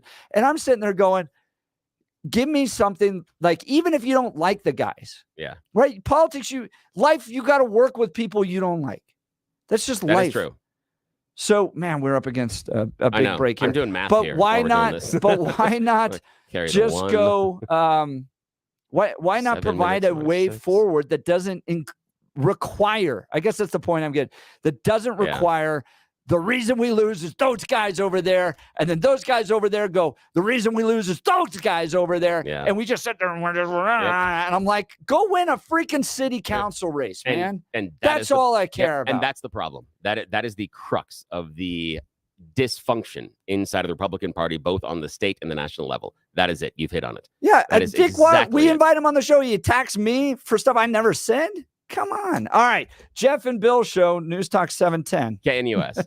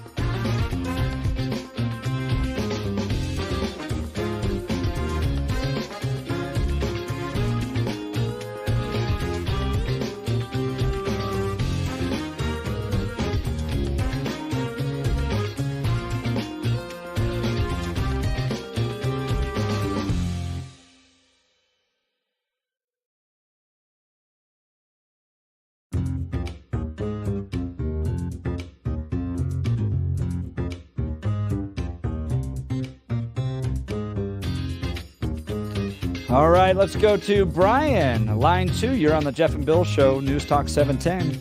KNUS, good morning. Hey, Dick, what not to do Wadhams always gets my blood going because he can tell you what not to do, but for the last 20 years he hasn't told us anything that got us anywhere in the Republican That's Party. One with Thune. All I asked for was 3 things that we could do to win. I don't care if it's a freaking city council race, man. Like get something. But didn't winning. he though? He outlined it. After I pressed him, the first thing he did was went and attacked Dave Williams. I'm like, come on. But he did outline it fairly. I mean, Yeah, and that's the problem. Dick, what not to do Wadhams, he's irrelevant. Again, he reminds me of like an old football player that won state 30 years ago and then but doesn't have a job now. And is like, I won state back in the 90s. I was the best football player back in the 90s, but you don't have a job today. Well, Brian, though, that's exactly what he reminds me of. Yeah, but isn't that only more effective if the current team and coach is winning? Good point. And they're losing? And I think that colors that example a little bit because you'd listen to Elway right now talking about problems with the. It's probably not the best example because he ran the team for a while. But okay, put that aside. But is that fair?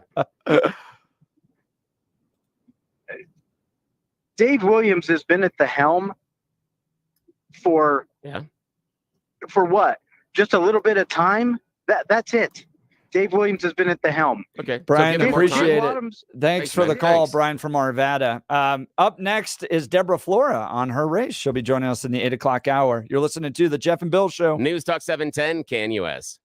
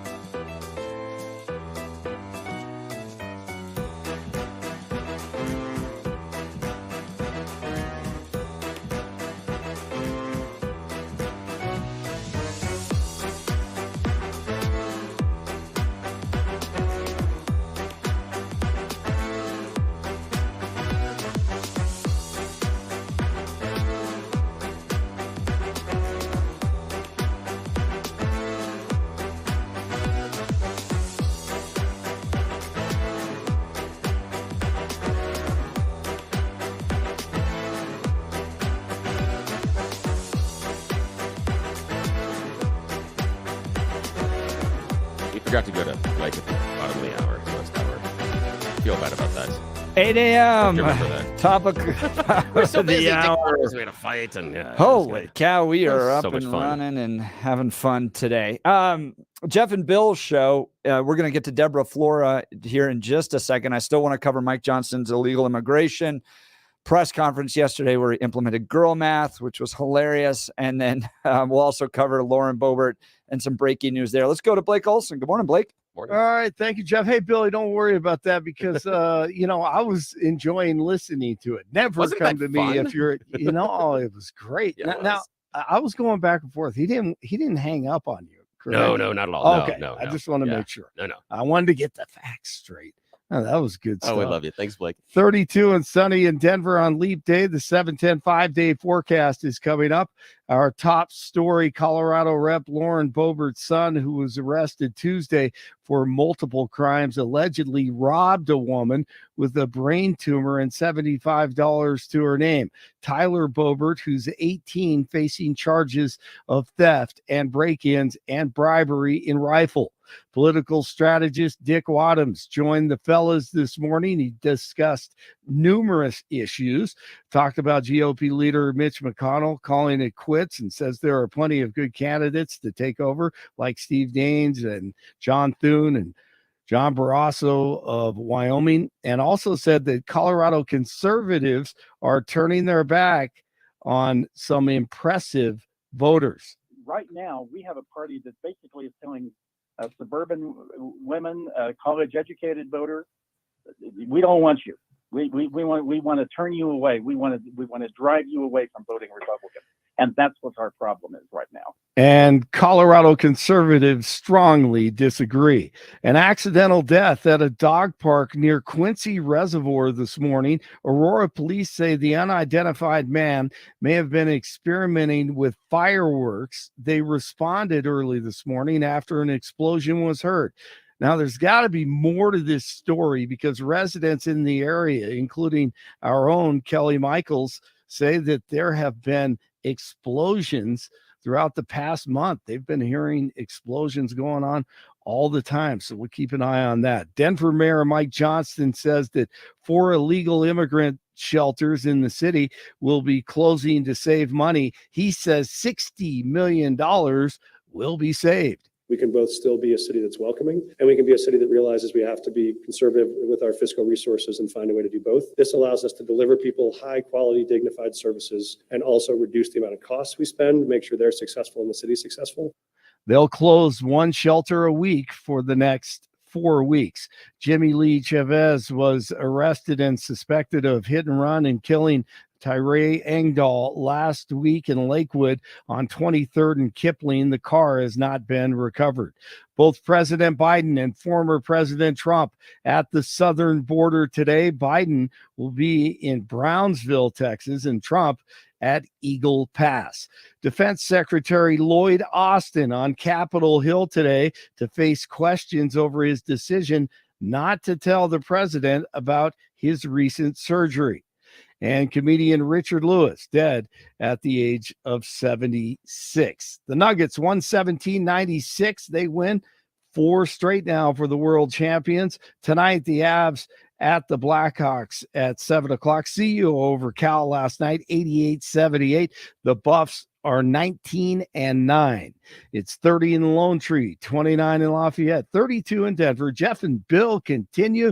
Deborah is coming up. Blake Olson, News Talk 710 KNUS.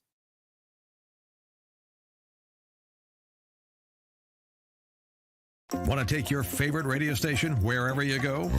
Well, now there's an app for that. No matter where you are, stream your favorite shows. Tap the app to listen to podcasts. Talk back to your favorite local hosts. At the tone, leave a message. Call the show.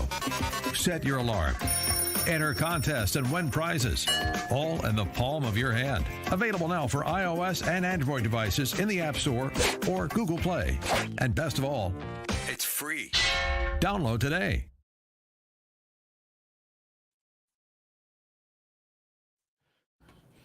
All right. We've got on the VIP line Deborah Flora. She's running for Congress, Congressional District 4. You may recognize her voice on this radio station. She used to be a host covering the afternoons, that prime drive time as moms were picking up their kids from school. She was the voice here on 710 KNUS. Good morning, Deborah. How are you? Good morning, Jeff. So good to be with you. So great to talk to the wonderful listeners on 710 KNUS. I missed that. But congratulations on your and Bill's show, too. Lots of changes. We're having a lot of fun, and we got a lot of text messages. Oh, my gosh. I remember when we first got here, they're like, try to get a certain number per hour, and we're now getting those per minute. So it's great. We love all the listeners here. So, Deborah, give folks, first of all, your background. Who are you, where you're from, and why are you running for Congress? There you go. Thank you so much. Well, I've been fortunate and blessed enough to have been on Salem Radio, really broadcast here in Colorado for nearly 12 years, different formats of the show. And so it's very much my home. I was also the director of public policy, which meant that we got to really harness the power of the station to do things like stop injection sites. And also we were down at the border last year for an entire week broadcasting about what's really going on down there. So that's part of my background. Another part of my background is that I started Parents United America, and my husband and I did the documentary, Whose Children Are They?, that premiered in theaters nationwide and really kind of exposed what's going on in public education. So I've been fighting all these issues on a lot of fronts. I'm a wife, I'm a mom, our kids are graduating from high school. So people have asked me to run for office for a long time, but my choice was to wait until they were out of the house. So that's a little bit of my background, but I did grow up here on Lowry Air Force Base, graduated from Cherry Creek School District, and our kids also graduate from high school here. So been fighting on many fronts for our state, for our country, and now it's time to take that fight all the way to Congress. You mentioned waiting until your kids were out of the home before deciding to do this. One of the hottest issues in here in this particular race, because one of your opponents is Lauren Boebert. Lauren Boebert facing a lot of personal challenges. Her son arrested, allegedly robbed a woman with a brain tumor, committed crimes with a girl. He made a sex tape with her. Whole lot of problems there. Is it time for Lauren Boebert to withdraw from this race and focus on her family? Here's what I would say about that, Jeff. I try not to comment on anyone else's family or personal life because that's what it is. But I think what it is allowing is a very clear contrast for the and CD4, because I really do believe that one of the keys to making sure you don't go to DC and begin to waver on your commitments that you stand for is making sure that your foundation is set, that you are a team. My husband and I have been married for 23 years. He's a wonderful 82nd Airborne veteran. We're partners in our media company and partners in every way in life. And, I just think that while I won't comment on someone else's situation, I know that for myself and my husband and for our family, we made the decision to wait until our kids were pretty much launched out of the house, and they're wonderful young adults that we're really blessed to have as our family and as one of my number one responsibilities. But now it's time to take this fight from, as I said, the school board to the state house. Now I'm taking it to Congress. We're talking with Deborah Flora. She's running for Congressional District 4. Her website's deborahflora.com, deborahflora.com. You have a plan here that you call the Roadmap to Restoring America, the Deborah Flora plan. Mm-hmm. Number one issue I think is going to be in this election is securing the border. It's your top issue here. You've been to the border. All right, give us 3 things that need to be done right away to secure the border and to protect Coloradans. Absolutely. Yeah. Thank you so much for bringing that up, Jeff. I think I did something that politicians are loath to do because I'm not a politician, which is actually write down what the goals are and what the solutions are. So many people will talk about the same problems, but it's time we have solutions. Number one, because when that day comes again where we are able to have the presidency, the Senate, and the House, we cannot squander it. We have to know exactly what our goals are. And I do invite everybody to read the Roadmap to Restoring America on the website, deborahflora.com. But number one, as you said, the border. We were down there for an entire week last year through the station, and we were going from El Paso to Deming, New Mexico to Columbus, New Mexico, seeing firsthand what was really going on. The fact that the vast majority of people coming over were 90% single adult males. They were from countries like Afghanistan, Tajikistan, Russia, and China. Very few coming from Mexico. And we can't secure this border. What we need to do is, first of all, remove incentives like what is happening right in Denver right now, where Mayor Mike Johnston has at least 40,000 illegal immigrants that were lured there by a false welcome mat. Now he wants to take 180 million federal taxpayer dollars, your and my taxpayer dollars, while prohibiting federal law enforcement from doing their job. So first of all, we got to stop the incentives. Then we've got to finish building the wall, which we can do. The parts we're seeing, they're rusting. We saw them firsthand. And we also have to reclassify drug cartels, what they really are, narco-terrorist military organizations that will allow us to secure our border. It will allow us to stop the incentives. And by the way, this is a humanitarian disaster as well as a national security disaster. So it is the number one issue. I'm firmly committed to doing all that it takes to make sure that we turn this around and we restore our sovereignty and our safety. All right, let's jump over to social issues real quick. One of the big debates happening on the sanctity of life abortion issues is whether or not there should be a federal ban on abortion. Would you, as a congresswoman, support a federal ban on abortion? You know, I would definitely stand for federal pro-life legislation. We've already had it previously from, when my husband and I did a film that exposed the horrors of late-term abortion. That is, partial birth abortion, man. We already have that. We already have the Born Alive Act. There has definitely already been a role for federal legislation, and I believe that should continue. Particularly, Jeff, when we look right here in Colorado, we have abortion up until the moment of birth for any reason at any time. Some people like to deny that, but that is actually the fact. And that is not who we are as a culture, that kind of barbarism. I believe that life begins at conception. I have been standing for life for decades, literally. The film that my husband and I made premiered at the March for Life. It screened in the U.S. Capitol building. I was on the board of CareNet, which is a nationwide organization that supports pregnancy resource centers so that women have the support they need to choose the very best thing for themselves and their families. So, yes, I would definitely support federal pro-life legislation. Now, Deborah, following up on that, when we had the Dobbs decision, the trumpet was this is now a state decision and should be state by state. Was that at the time, based on the conservative message, a lie? Is this actually really supposed to be a federal issue? And do you disagree that it should be a state issue? It is actually, what it says is that this very poorly decided decision, even Ruth Bader Ginsburg said that Roe v. Wade was a poorly decided decision because it took away the right of citizens to elect representatives to represent their views on this. There is nothing in that decision. There's nothing in the Constitution that says whether it's elected representatives or at the state level or at the federal level. Certainly, to have a change at the federal level, you're going to have to see enough people across the country elect their representatives from all over the country to make that change. So that would be representative of the will of the people. But there was no differentiation between what level the elected people were on. I do believe that this needs to be fought on every issue. There are good people right now all over Colorado that have a petition. And certainly there is state legislation and there is also federal legislation. That has happened before, as I was talking about with the partial birth abortion ban, with the Born Alive Act. And those are things at a federal level that I think the vast majority of Americans from all over this country have elected representatives to push through things like that.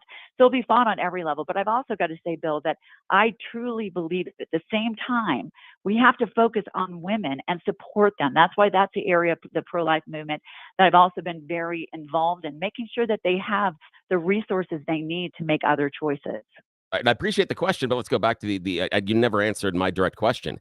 Was the narrative from the GOP at the time that this is a states' rights issue, this is a state decision, was that either a lie or are we now shifting and make it a federal issue and that it should be a national federal issue for the GOP? Regardless of what Ruth Bader Ginsburg said or any other decisions, I'm just asking the specific question about how it was sold as this is states' rights. And now I'm hearing from you, no, this needs to be a federal issue. Help me square that circle.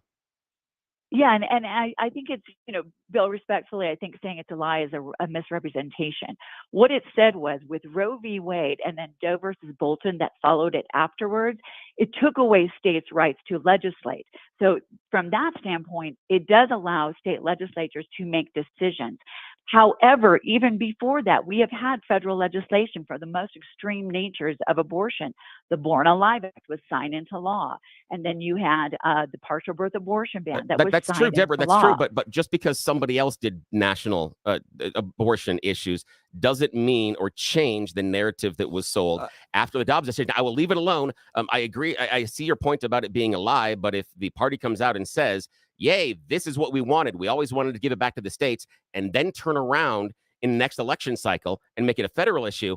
To me, sorry, it's a lie, but I'll leave the point alone, and we need to move on. I'll let Deborah speak into this, but I think you have you do have a difference of opinion in the conservative movement on this.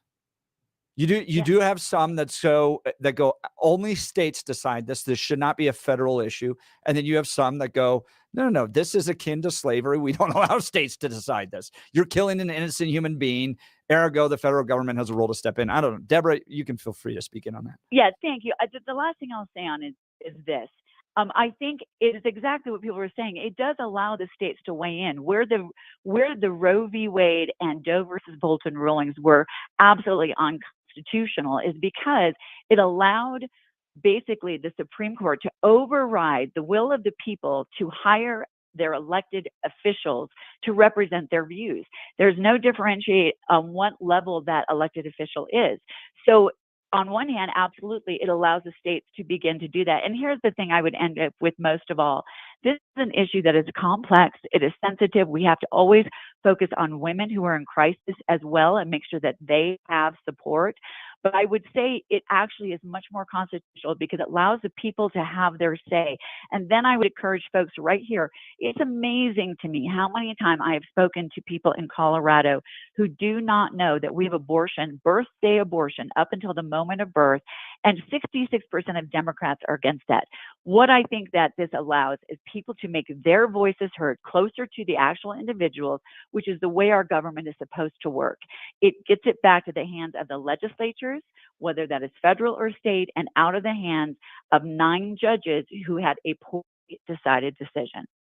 Talking with Deborah Flora, she's running for Congress, Congressional District 4. Here's a few text messages for you and a response that we'd love to hear from you. They think you're artful, perfect. They really like you, but they're looking for someone that could maybe represent Eastern Colorado and rural issues. Speak to your ability to address that.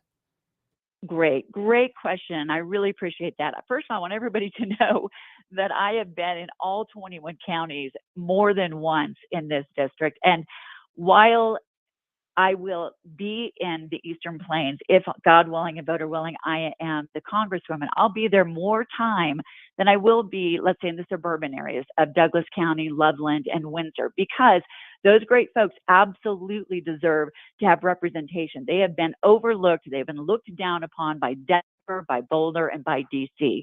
But the values are the same. When I'm out there, whether it's Baca County or Phillips County, whether I'm sitting at a farmhouse table or I'm talking to someone in their field, I am hearing that the number one issue is secure the border. Then it's the economy and overregulation. Then it's government accountability, all of which I'll be standing for.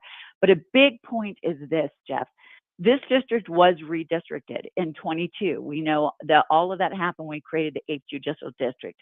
One thing that folks don't necessarily realize is that CD4 is now 73% suburban.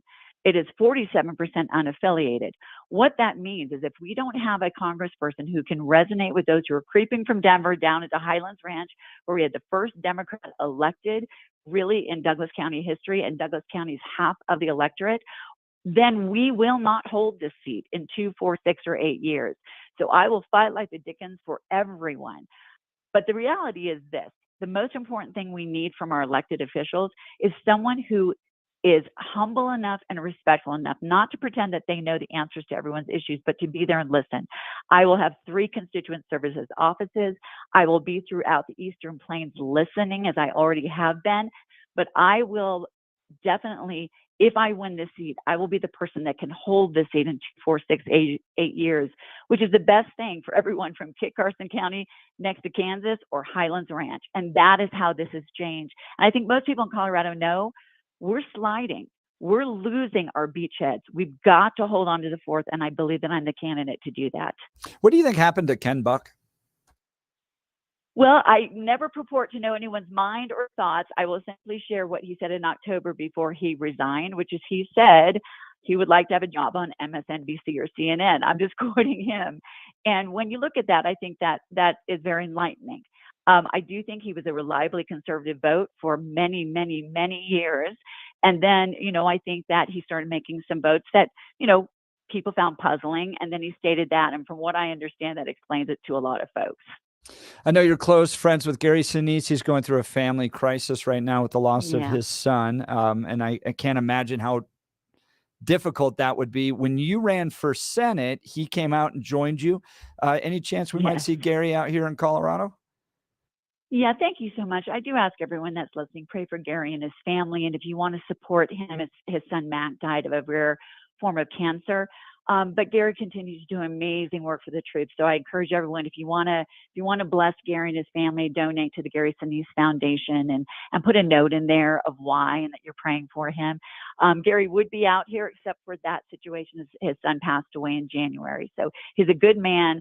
One of the films that my husband and I did followed him all over Iraq and forward operating bases to make sure that we called attention to our nation's heroes. So appreciate your asking that, but I will be all over the fourth, and I have been, and it's been so great to talk and listen to the wonderful voters all over this district. You got a lot of good endorsements. I'm going through your endorsement page now. Jane Norton's there, John and Maria Castillo, Darren Weekly, the Douglas County Sheriff of Douglas County. I just mentioned that. Mm-hmm. The Sheriff of Douglas County's endorsed you.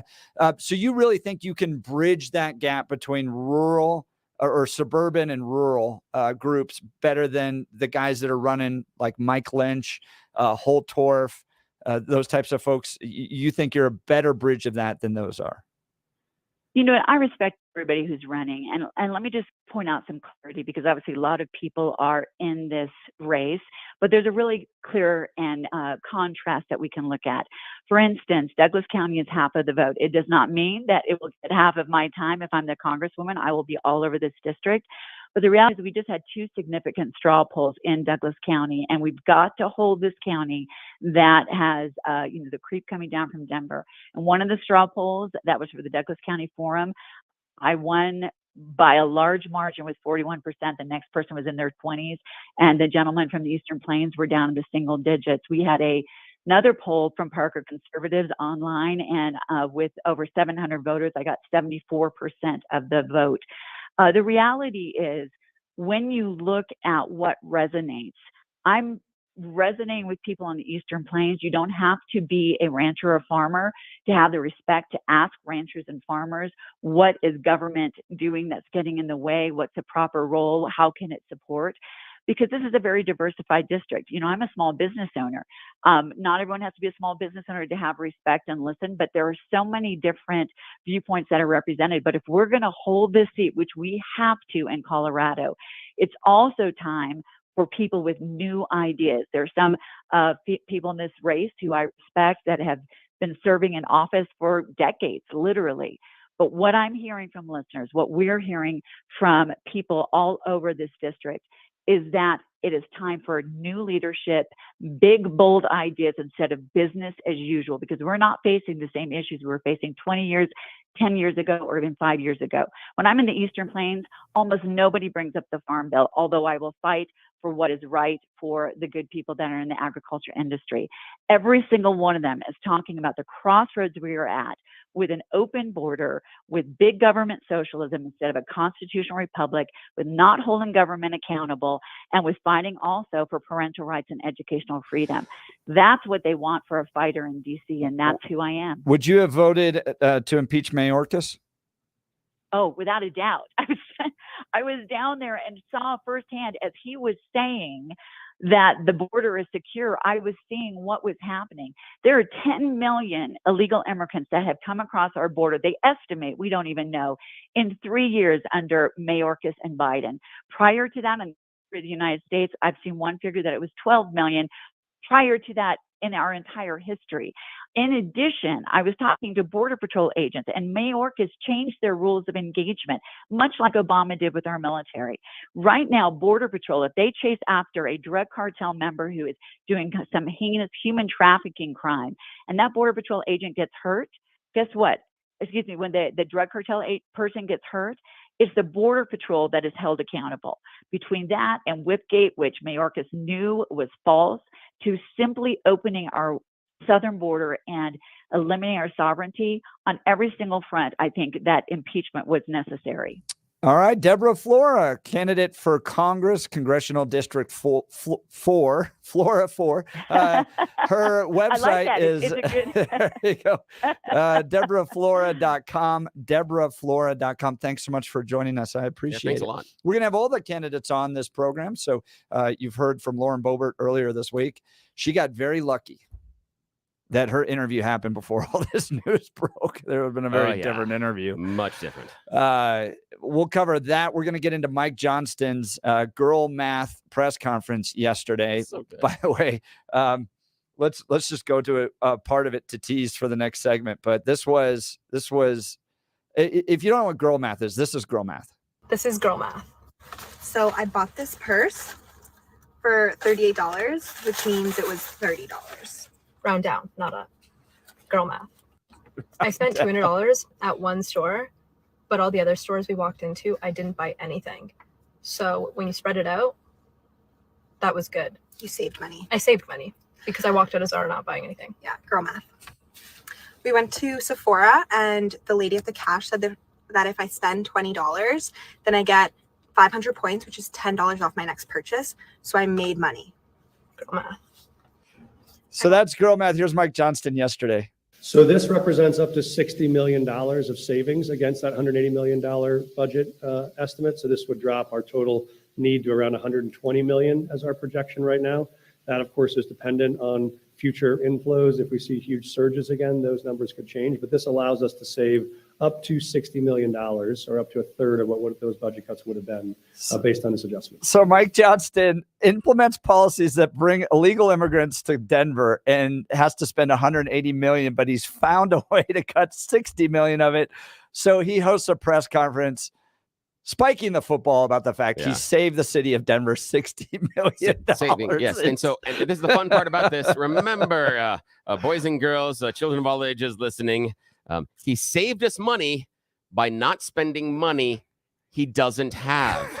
So today, each and every one of you can go out there and tell your significant other you saved $1 million by not buying that new house or new car or all that jewelry because you didn't make the purchase. So obviously a savings, obviously, because that's how your budget works, right? So we're going to dive into his press conference was just amazing. You're not going to want to miss it. Hey, when it comes to creating the perfect kitchen or bathroom countertop, it's all about understanding the client's needs and personal style.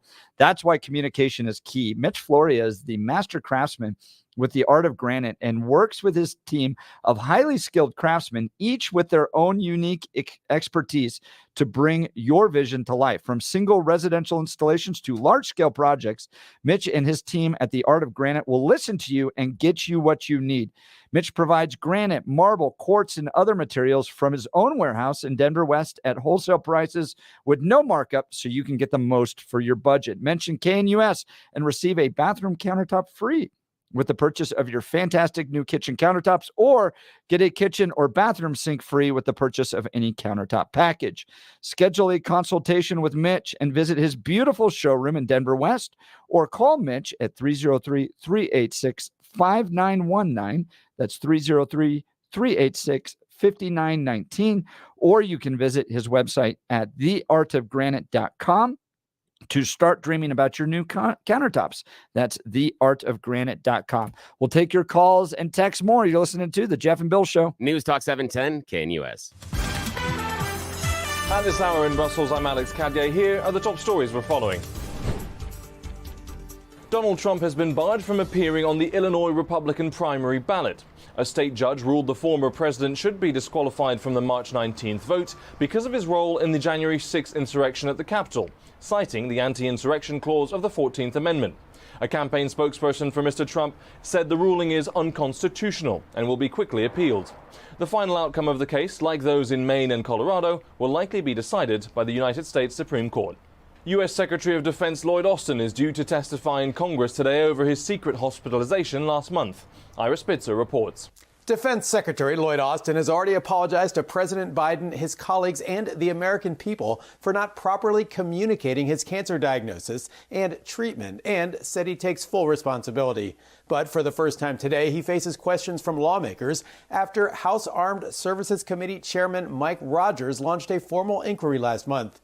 At the time of the incident, Austin faced calls to resign. He has weathered the storm so far, although with some criticism from the president, who called it a lapse in judgment. Reporting in San Francisco, Ira Spitzer, Salem News Channel. And that's what you need to know. At this hour, I'm Alex Cadier in Brussels on Salem News Channel.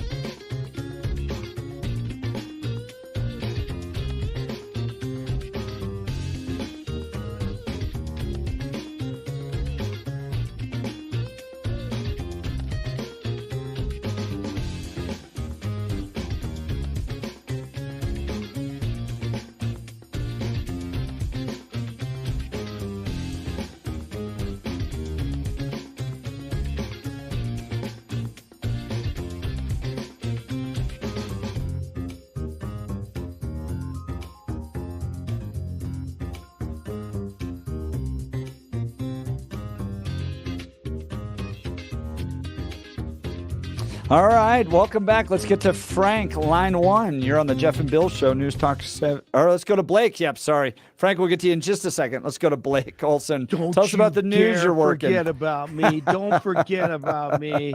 Come on. I think there's a song about that. Yeah, I think there is. Sounds like a good one. Unfortunately, we won't be able to play No, because of thanks YouTube. Copyright violations. Right. Appreciate that. Well, President Biden and former President Trump on the border today. They're going to be visiting, and President Biden will talk to Border Patrol agents. What is he going to tell them? Hey, nice job, guys. You've done exactly what we ordered you to do. We know how he'll finish. He'll start a sentence and then just go, well, anyway. Yeah, good point. And we'll always end with ice cream. Guys, ice cream at the end. Yeah, and ice cream. That's what I was going to say. I'm going to save that for the top of the hour. Ice cream in Brownsville today. And wow, man, there was a huge explosion today, this morning in Aurora, killed an unidentified man. But as I mentioned earlier, our own Kelly Michaels has been hearing explosions in the area for about a month. And one man dies. There's much more. Some of the text messages on that are saying maybe they were test runs for explosives or something, bombs. Who knows? I mean, in this day and age, really, I mean, we have no idea. Anything is possible at this point, you know? So I'll talk to you at the top of the hour, guys. That's great. Thanks, Blake. All right, let's get to Frank in Golden. You're on News Talk 710 KNUS.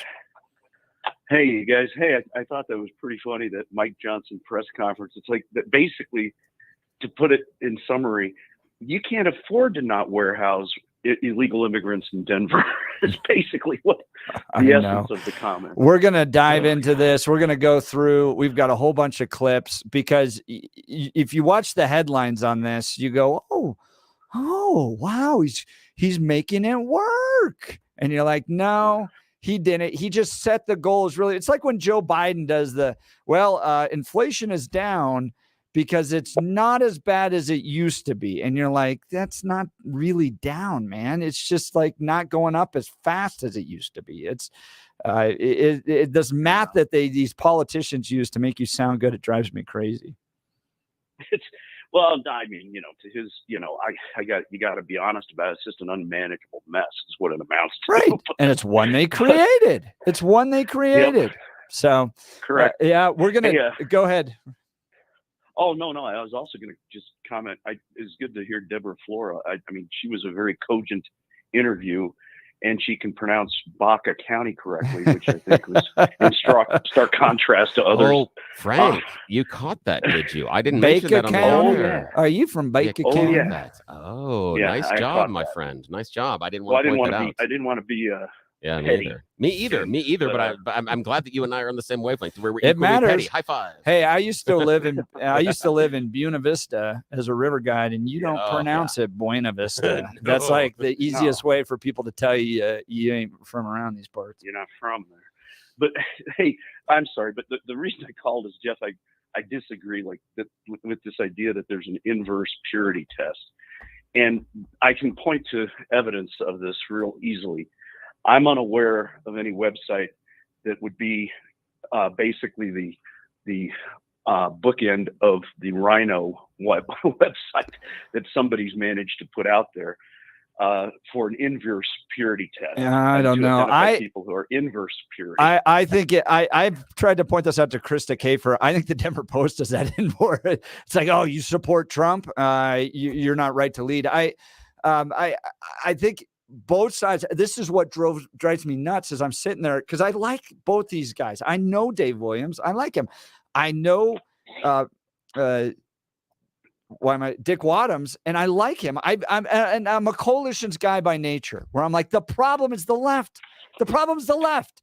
And when you start losing, you get into this vicious cycle of people pointing at other people going, you're the reason we're losing. It's your fault. If we just got rid of you and your likeness and your ilk, then our party would start to win. And I'm sitting here looking at one side doing that, and I'm looking at Dick Wadhams and the other side doing that too. And I'm like, meanwhile, Mike Johnston's driving the city into the ditch. Jared Polis is driving the city. Can we just figure out to get one race?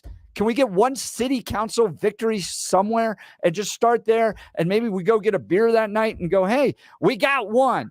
all right, tomorrow we start working on number 2 instead of you're the reason that we're losing and you're the reason that we're losing. Everybody goes back. I don't know. Well, I think you hit part of the nail on the head. And because you do, the energy is misfocused is what you're saying. And I think you're right. And my question then is, where is the misfocus coming from? And I have my opinions on it. And I do think that it's in part because of the purity test by the MAGA Republicans.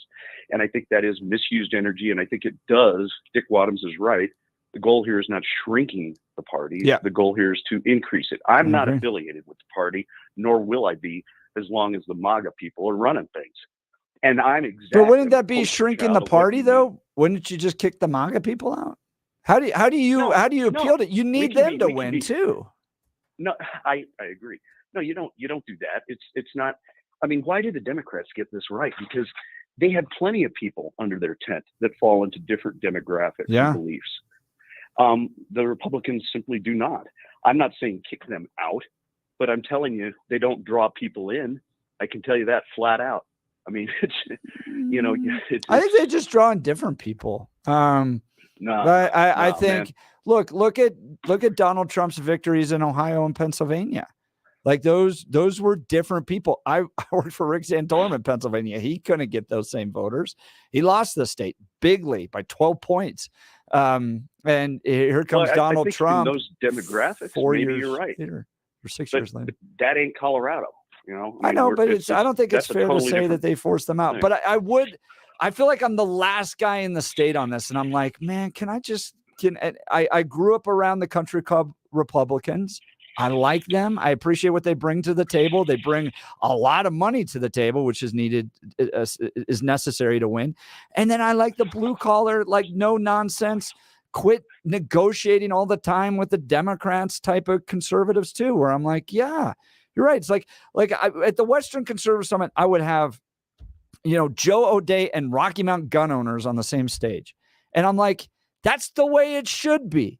Why isn't our focus on the radical left that's destroying the state instead of what I see as purity tests on both sides? All right, Frank, thanks. I appreciate it. Frank from Golden. I want to get into Mike Johnston's press conference. That's where we're going to focus now because it's important for you all to understand what they're trying to sell in the city of Denver and how it isn't going to get any better. And by the way, he's taking me up on my bet. Did you know that? So we're going to get to him in just a second. Hey, when it comes to creating a great countertop, Mitch Floria is the guy for it. I've met Mitch before. You got to go check out his warehouse. It's wonderful. Give him a call, 303-386-5919.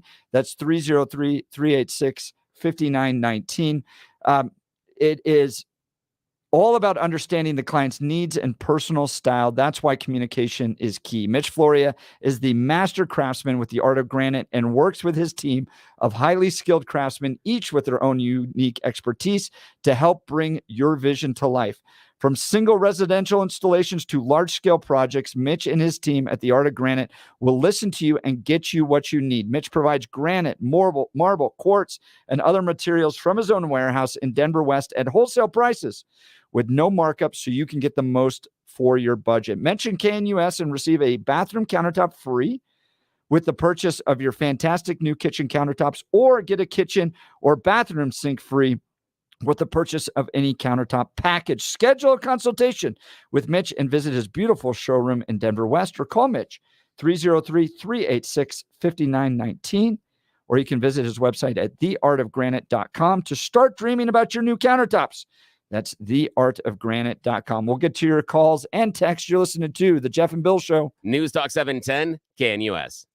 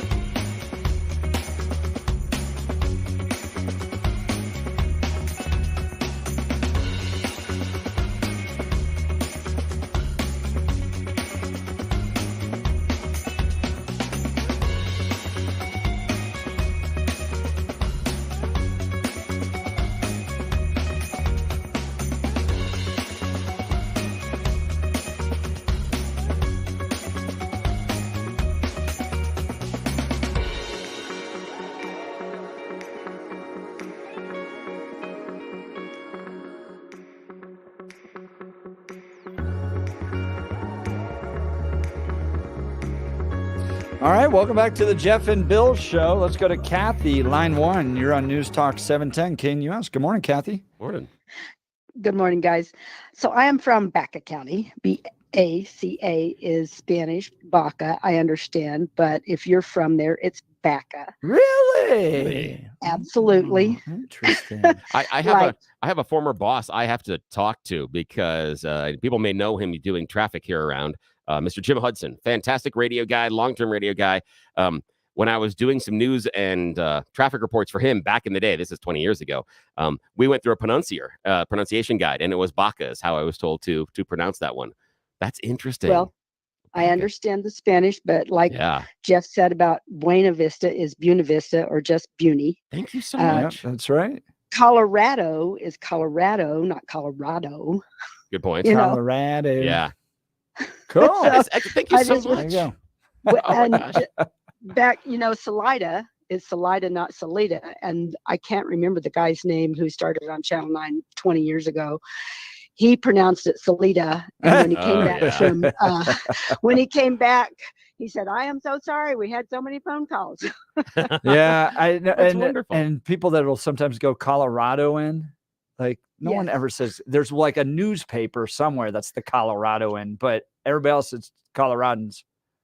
Yes. So, all right, guys. Kathy, appreciate Thank you so much. Thanks so much. All right, let's go ahead and start this Mike Johnston press conference. We've got a whole bunch of clips here. So Mike comes out yesterday, the mayor of Denver, and he is happy. Oh, man, it's time to spike the football. Things are going so well. I'm the greatest leader ever because I've saved $60 million off of this crisis. Should have had dancers behind him. Yeah, everybody reelect me. Donate to my campaign. All right. Here he is at the top of his press conference. We knew that as a result of federal inaction on immigration and the resulting budget crisis, there were two important steps we needed to take. One was to adjust city budgets to help support these needs. And the second was to reduce the overall costs of our migrant program. Today, we are announcing steps to implement that, which is we will, over the next month, close 4 of our migrant shelters. We will close 1 of those a week over the next 4 weeks. And those actions will result in saving the city up to $60 million of costs for the city in the 2024 budget. All right, so that's the basis. The federal government did not. Do you remember when he had tears like 2 weeks ago? Oh, yeah. Federal government's not going to provide the money we need to help these migrants on their way through Denver to wherever they may be going to achieve the American dream. And he had all these tears about how we were going to have to step it up. Well, just 2 weeks later, by the way, after going to the Super Bowl, he literally cried in front of a camera. Then when that we get to the Super Bowl, because why not? I know. And then 2 weeks later, he comes out and he goes, yes, the federal government did not cover our bills, but we found ways to do so. We cut services to taxpayers and we cut some of our migrant services too. We're going to close 4 shelters. Okay. And here's some additional things that he's doing. So we have, over the last several weeks, brought more than 600 people through work authorization clinics here in the city and county of Denver. We will bring another 700 over the weeks to come, which will be more than 1,000 individuals who've now processed work authorization and get access to legal work authorization within the next 30 days. Woohoo! City of Denver, we're putting 1,000 illegal immigrants to work. Thank you, Mayor of Denver. Wow. How do you feel about that? 1,000. Really? 1,000? Over 1,000. 1,000. For me, it's. I feel. Why is the city giving them jobs? Well, the thing for me is much ado about nothing, because I thought that we had more than 1,000 people arriving, and so the idea being that I disagree with the trumpeting this being something significant. It to me is like, well, out of 35 kids in class. We didn't have quite as many failures. I'm not certain this is the trumpeting grand achievement that you think it is, because again, it's 1,000. We've had so many as far as an influx. Now, for me, I can see the point of the employment, and the only reason for this, the city stepping in. Again, for me, I don't care where the employment comes from. I'm looking for employment, and the reason why, with the migrants, once they're employed, less likely to do the crimey stuff. That's the only reason, and that is just that is a functional. You agreed with E-Verify, so you were supporting that. Oh yeah, absolutely, yeah. And so the idea being that if we give them a temporary, and I am using air quotes, pass of a temporary worker visa, and again, I'd love to lean into that more as far as migration and immigration, but for me, getting them into the workforce, I don't want them voting no. I don't want to give them those rights, but getting them into the workforce for me is a precursor that they're less likely to do the crime. Plus, we also might get a little bit of tax revenue from them as well. So I understand this is a nothing more than a utilitarian idea in my head. Doesn't make any sense on either political side. But for my utilitarian principles, I want them working because I don't want you stealing my stuff. When I heard that, I went, first of all, why is the city getting 1,000 illegal immigrants jobs? Like, that's the point of it. And then second, I go, American jobs first. For Americans. It's a great point. First. All right. You listen. We're going to get to all of this. We got a whole lot more to cover on Mike Johnston's press conference. You're listening to the Jeff and Bill Show. News Talk 710 KNUS.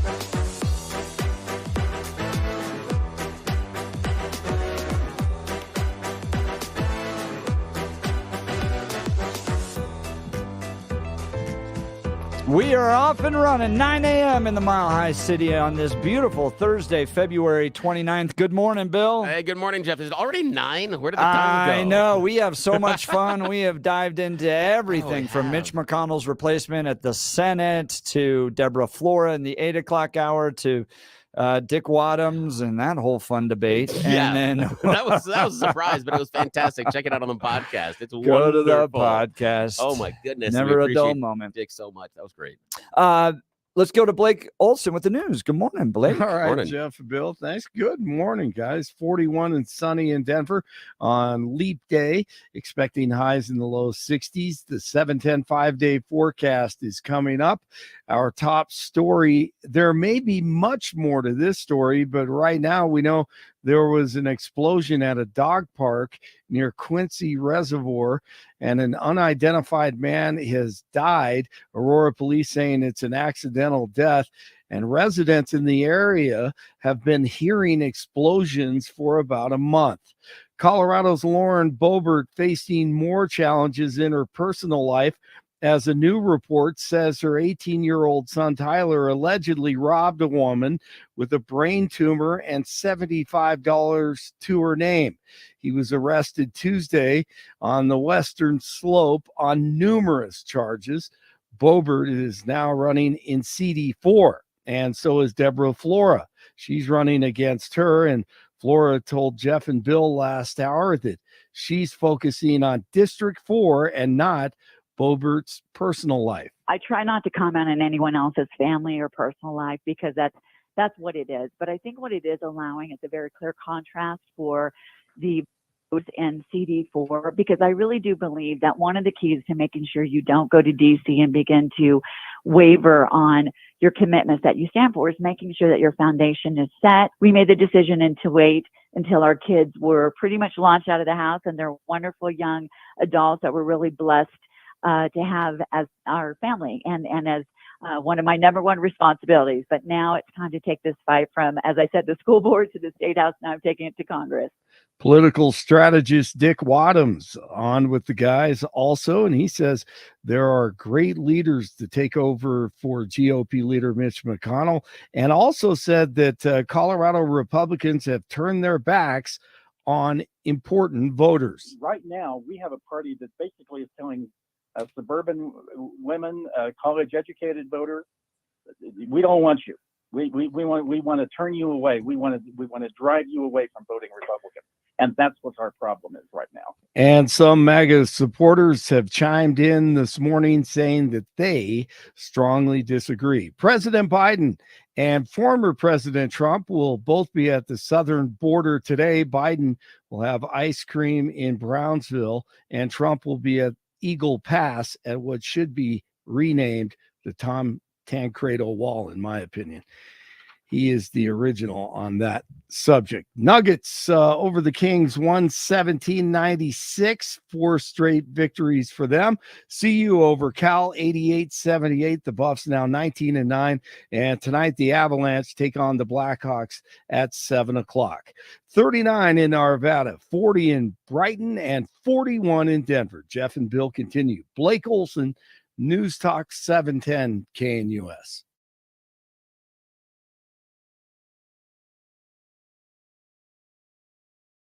Want to take your favorite radio station wherever you go? Well, now there's an app for that. No matter where you are, stream your favorite shows. Tap the app to listen to podcasts. Talk back to your favorite local hosts. At the tone, leave a message. Call the show. Set your alarm. Enter contests and win prizes. All in the palm of your hand. Available now for iOS and Android devices in the App Store or Google Play. And best of all, it's free. Download today. Mike Johnston. Here we go. Nah, that music's got me pumped up. All right, so Mikey yesterday does a press conference, and he's very excited. We're going to get into it in the 9 o'clock hour because this is fun. So Mikey does a press conference down at the Denver City and Council building. He's very happy. He's excited because just a few weeks ago, he was in tears. The federal government was not going to provide money to him to deal with the illegal immigration issue that the city of Denver created for itself. It wasn't like an asteroid that just came out of nowhere. They created this themselves. So they have 40,000 illegal immigrants. They're having to spend about $180 million servicing them. And they are cutting services from taxpayers in order to provide those services to illegal immigrants. Well, he found a way to save $60 million from it. That original $180 million. So he's very excited.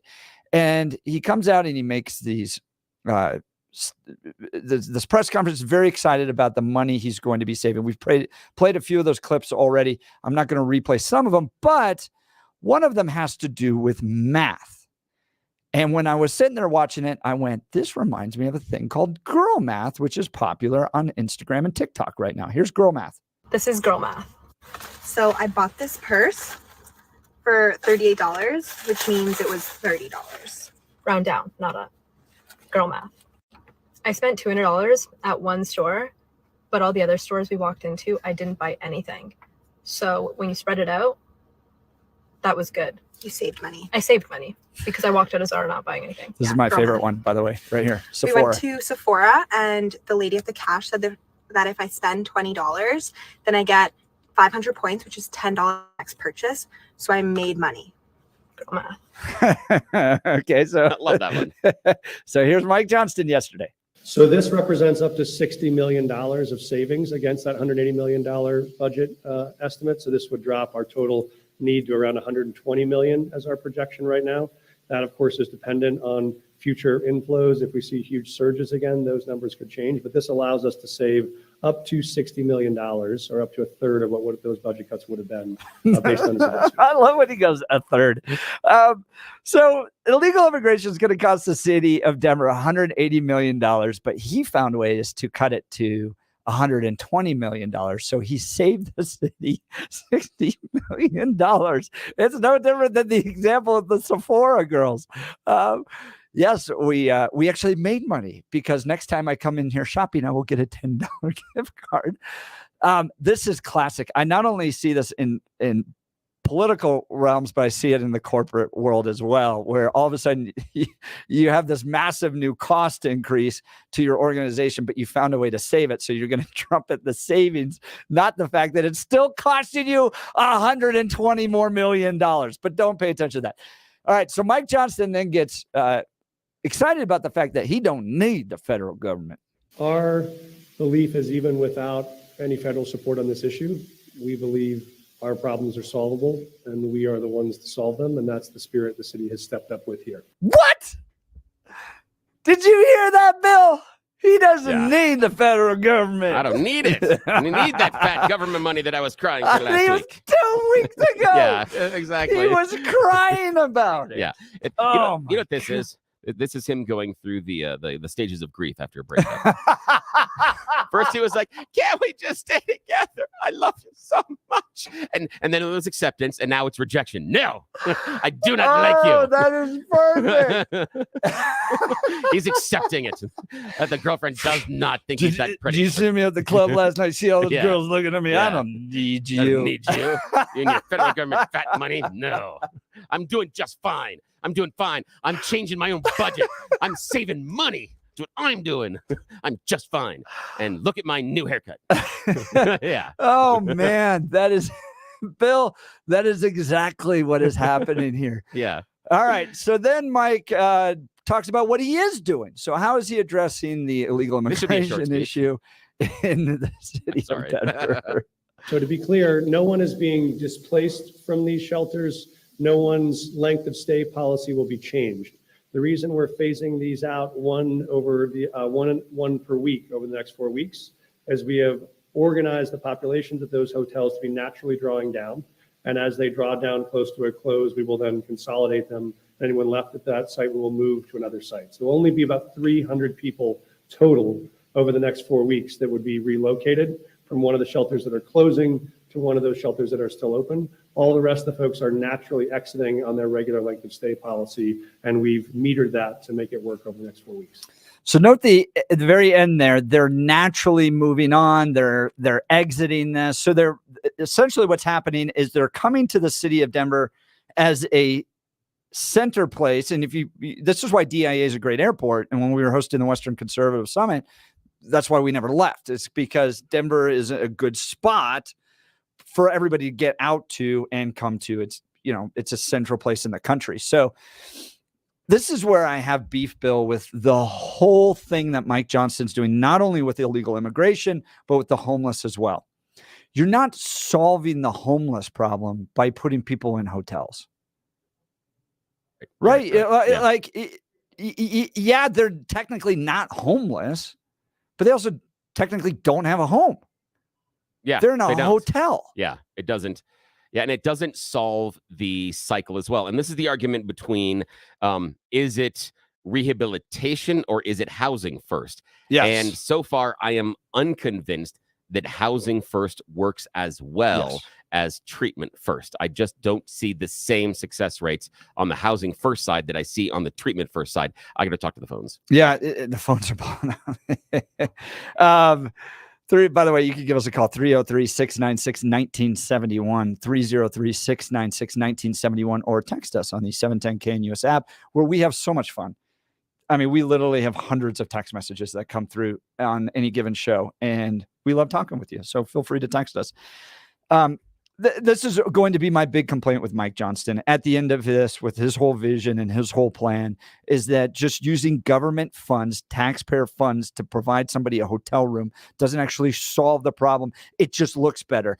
And maybe that's what Mike's trying to do. Maybe his step one is, I got to get them off the streets. Nobody wants to come downtown anymore. All these restaurants are closing. Nobody feels safe there. Step one is I just got to get them off the streets. But the left never actually solves these problems, right? So as conservatives, we look at success with food stamps when people aren't using food stamps anymore, when they get off of them, when they find a job, when they're have enough wealth and capital to not have to rely on the government to provide that for them.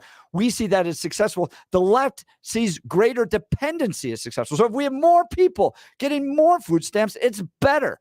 So that's why I don't think Mike's ever going to change on this. I don't think you're ever going to actually see the homeless issue addressed. I think he faced a very serious crisis with the business community in the city of Denver, with crime, homelessness, and drug use going, we are not going to continue to operate here, so your tax base is going to disappear. And so all he did was hide the problem and shuffle it. And you get that sense from that audio that we just played, it's just kind of moving people around. That's really insightful. I like what you said there about the differentiation of the goals. And I think you are 110% spot on that on the conservative side of the aisle, the goal is to end the program, to make the program functional enough and to where it's not needed. Where on the other side of the aisle, I hear it being more of a continuation program where we have to have this just in case, maybe people need it, and as soon as those numbers start dropping, well, the obvious answer then is to expand the program because obviously more people need help. There is a foregone conclusion there that I fundamentally disagree with. And I think we see this over and over again, and especially how they deal with the homeless. The idea is they keep talking about, Mike Johnston talks about the transition and they're naturally moving on. That's great. But unfortunately, contained in that statement is also the truth that the programs, the job programs, everything else involved in Denver didn't work. We did get them into a hotel, but now they're going off somewhere else. Yes, you created a bridge, but we can create that bridge in many, many, many ways. The idea that we are helping them integrate into the community, that we're getting them we're adjudicating asylum claims if they're there, we're finding out if they're here legally. The idea of making them part of the community, which again, I'm not advocating for that. I'm just saying that's Mike Johnston's goal. Okay, I'm going to be neutral on that one. We can talk about that differently. But his goal being to integrate them into the community. When you're talking about them transitioning out, I'm not sold that's a Denver plus. That's a Denver plus the program. Seems to me you've just become a way station. And I can't imagine that's the functionality of us being a sanctuary city, using the air quotes again because you can't see them on the YouTubes. Hi.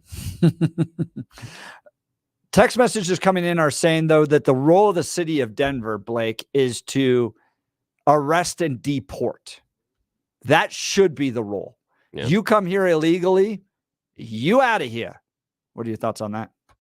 Oh, I like it. The problem is, I believe fundamentally that our immigration system is broken. I think that we have gone so far afield of what the point and the purpose is and should be. And part of that being restricting legal immigration, which we've had various administrations do, taking away guest and worker migrant visas, because, 40 years ago, 50 years ago, we had a large portion of migrants that would come in and do the seasonal work and then go home, because at the core, there are some criminal elements that cross the border, but at the core, the people that are coming here to start working and have jobs that want to send money back home, they don't at the core want to stay here. They would love to be able to be here for a while, make some money, and then go home. So this transitory population, I think we do have something there that makes it very valuable. I also think that Trump's stay in Mexico policy is, while cumbersome, an excellent alternative. I think there's a lot of positives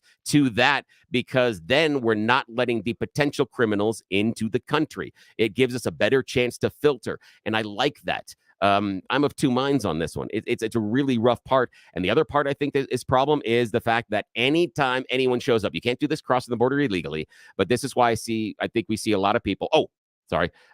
Brain working fast, have to back up a little bit. Had a conversation. We talked about immigration 10 days ago or so here on the show.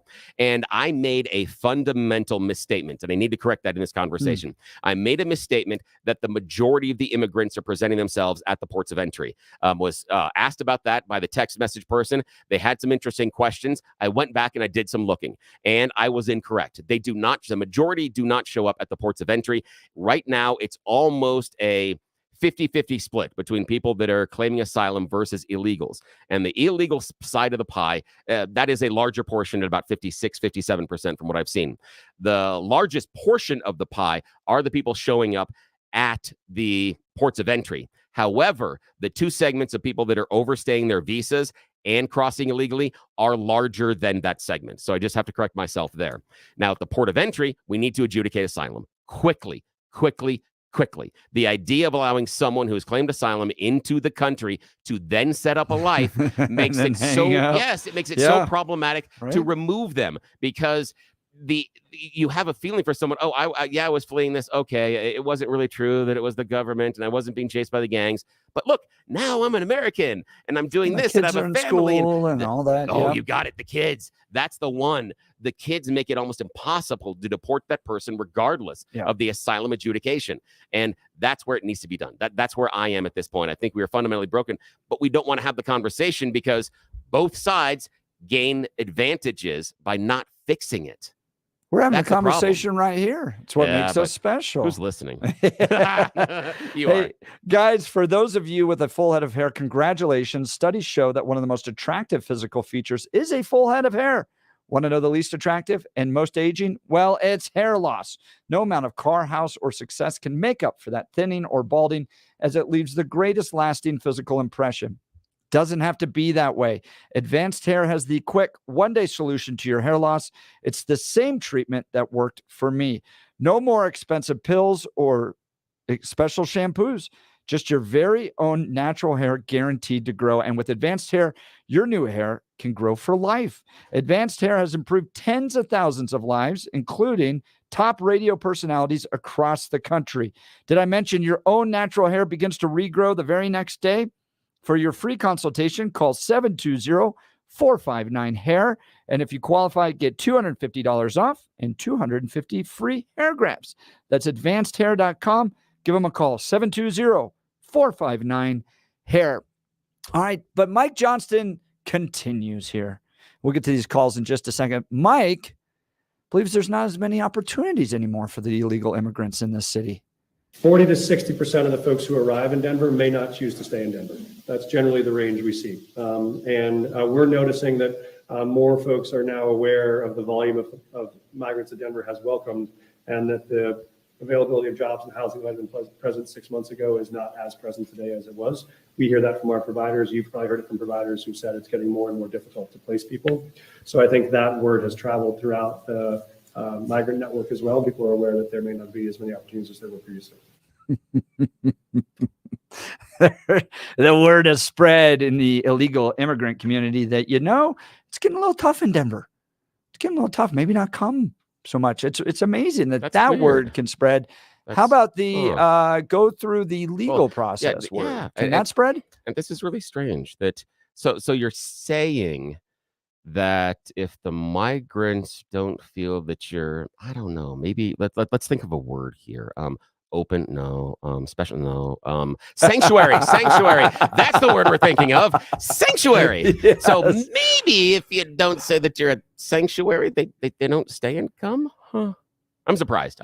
That's new. I'm lost. I don't know what to do now. Yeah. You might just want to let that word get through those little. Are the network lines like kind of a string and a can? And I think so. Can I go find that can and just Yes, go? exactly. Don't come to Denver, please. Don't come to Denver, please. Yeah, we don't have any room. We're full. Move south, French, and told you. And then Mike decides to take on my bet. If you remember this, when Danielle Jurinsky called in from the city of Aurora, I asked her this. I said, the city of Aurora is making a very different position on illegal immigration than the city of Denver is. Which one do you think is going to be better? And she said, of course, Aurora is going to be better because Aurora is prioritizing its citizens first. It's not going to cut services to its citizens in order to accommodate illegal immigrants. And Danielle said, look, we're not attacking charities that may want to help the Catholic Church. That's not the point. The point is, as a steward of the tax dollars of the city of Aurora, I'm not going to be spending them on illegal immigrants. Mike Johnston in the city of Denver has a very different take on this. Second of all, I'd say history is pretty clear on this. There's a long history of cities in this country over centuries who've bet on being anti-immigrant in their economic strategies, and look and see how those cities have done. Those cities have been on the losing side of history at every single moment, and there have been other cities that have been welcoming. That have said, we believe that actually more firepower, more energy, more interest comes to your city and becomes more vibrant. Denver has been and will be the most vibrant city in the state for decades to come, and it will be that way because it will be a place that's welcoming to folks who want to come and help build it into something better. We will bet our future on that. If other folks want to bet their future on closing their doors, we'll see who wins. Woo! Throw down, Mikey. Ooh, Throw that was a down. challenge. It is a challenge.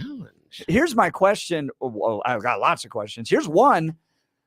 The most vibrant city in the state of Colorado. Is that how you would describe the city of Denver right now? The most vibrant city in the state of Colorado? Yeah, I would say that, it probably is. And it's going to have to be. Yeah. It's the most destitute city in Colorado. And here's the only reason why I would say that is because I believe, now it's not proper, but I believe that Mike Johnston there is using the royal we, meaning that he is wrapping in all of the suburbs. He's wrapping in everybody around him. And I think he's doing that on purpose because, and I think that population center, will continue to be the most vibrant.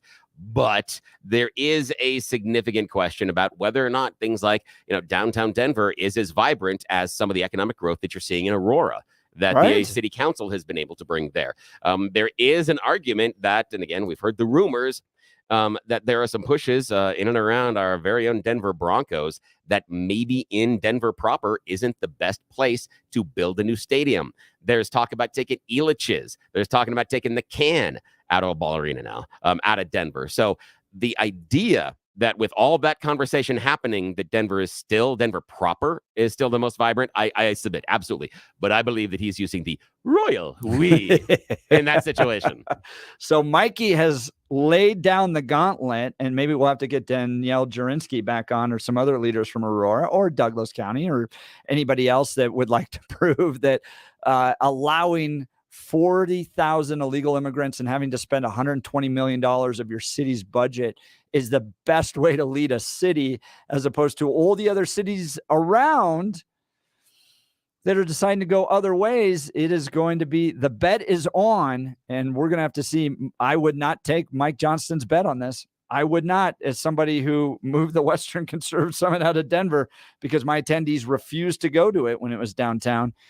That's not a bet I'm willing to take. We'll get to your calls. Diane, Jacqueline, we've got an open line. Give us a call, 303-696-1971, 303-696-1971, or text us on the 710 KNUS app. What do you think of Mike Johnston's Little Spike the Football press conference yesterday that he's found a way to save $60 million on a budget overrun he already has. Yes, he's saving us money by not spending the money. Oh, my gosh. There you go. Thank you. So give us a call or text message. Guys, generally we hear talk about medicine and effective treatments for erectile dysfunction and other men's sexual health issues. Today, I want to talk to you about love. The one you love is the light of your life. And if you're like most men, you want to do whatever you can to nurture that relationship. But if you're suffering from ED, you know the impacts the condition is likely having on you and on your partner. Rocky Mountain Men's Clinic has served the Front Range of Colorado for nearly a decade and has successfully treated tens of thousands of men. Schedule a consult with Rocky Mountain Men's Clinic today. Your initial visit is only $99 and includes a medical consult with a licensed medical provider, a T and PSA test, and if medically advised, a test dose.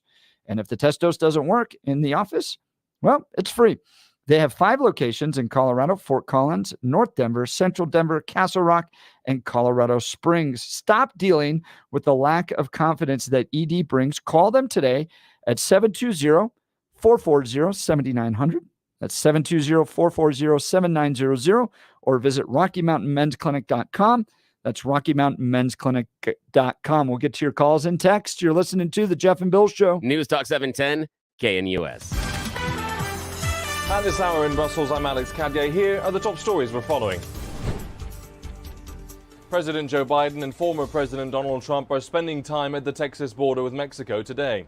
Haley Bianco reports. President Biden is spending time today in Brownsville, Texas, while former President Trump makes a visit to Eagle Pass.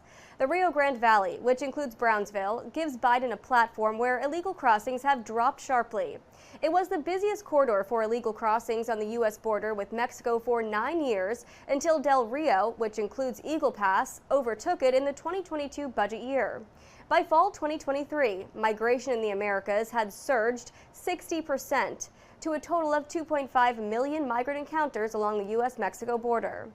Biden and Trump's border visits come at a time when recent polls find the majority of Americans believe immigration is a top concern. Reporting in New York, I'm Haley Bianco, Salem News Channel.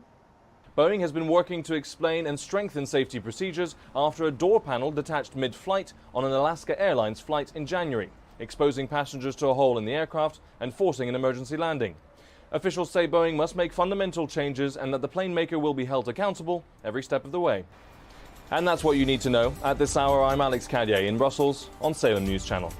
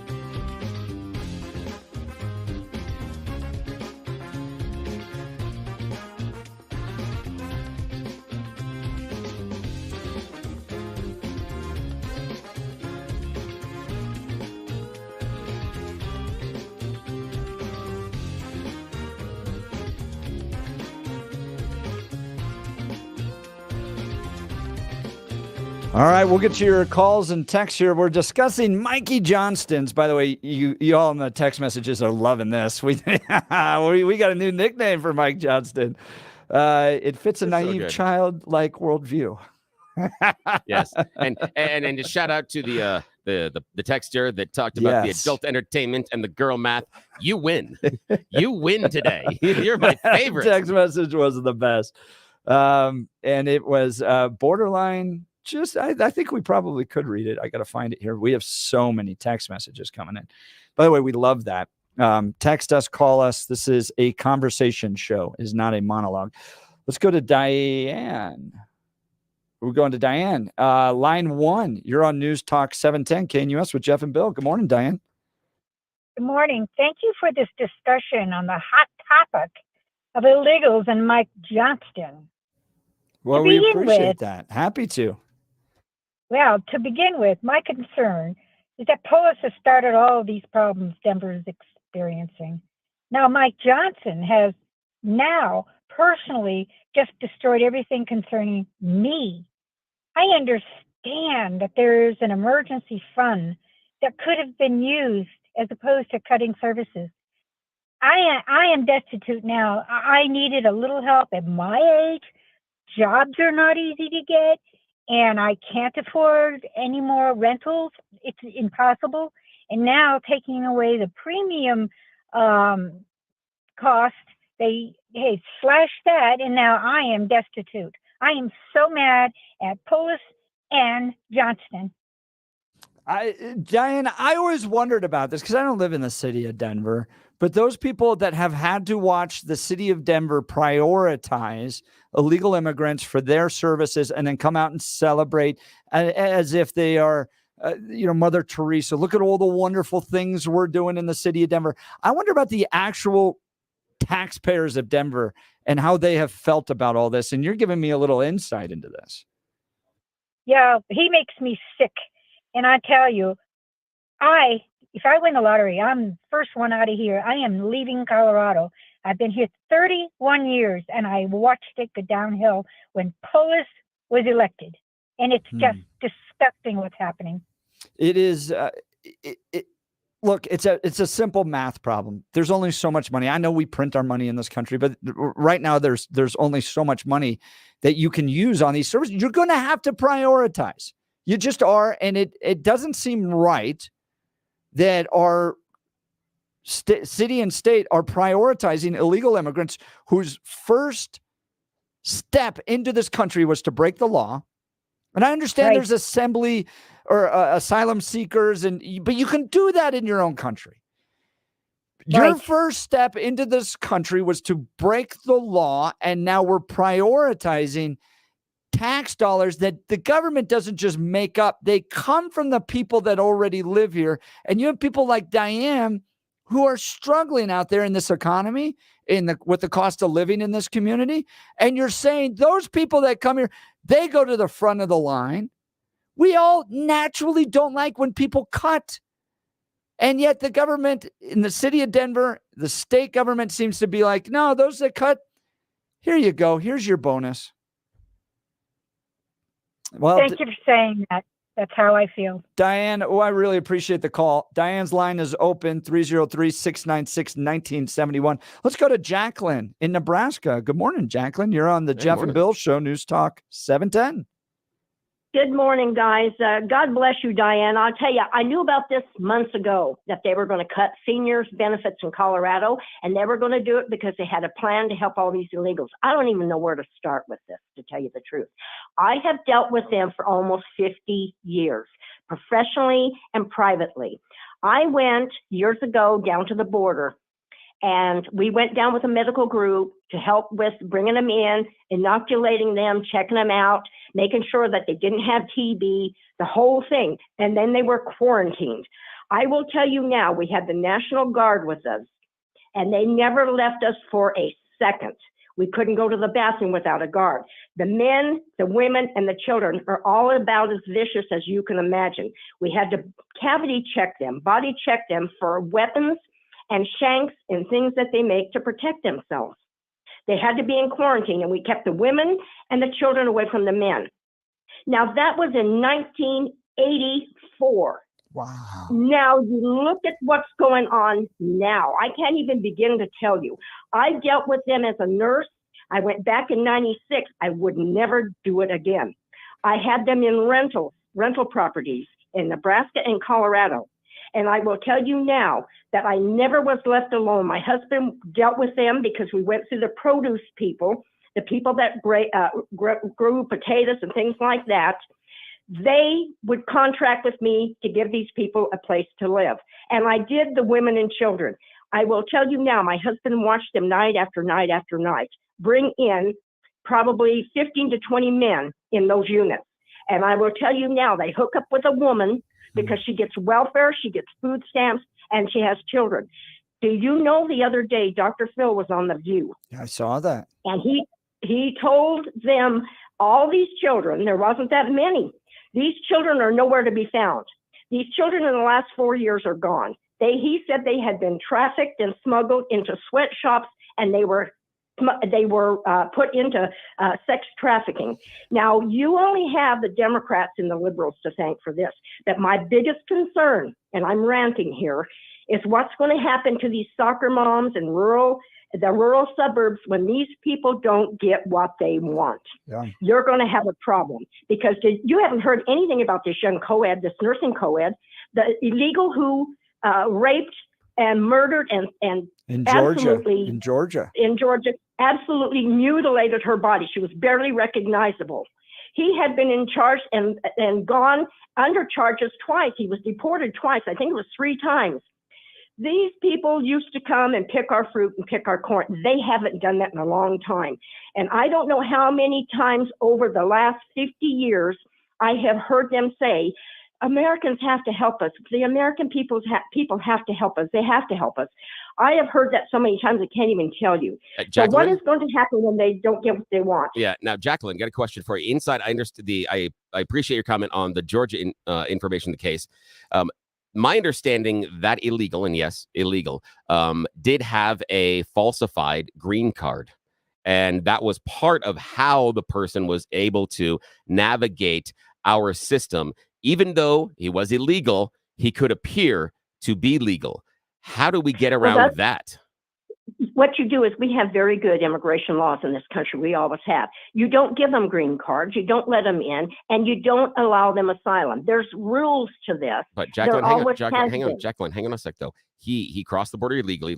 He got here, and then he got the fake card. That's what I'm kind of focusing on. I understand that we can enforce the laws, but someone that is here, even if we're enforcing the laws and has the fake documents, they still get a pass. They still get through our system. How do we deal with that? We know that for 40 years, ID technology has been mastered by people as smart as teenagers to make fake IDs. Yeah. So how do we get around that? What do we do? Well, we are going to have stricter laws, and we're going to have to deal with these people. They don't come to pick our corn anymore, and they're not coming to pick berries.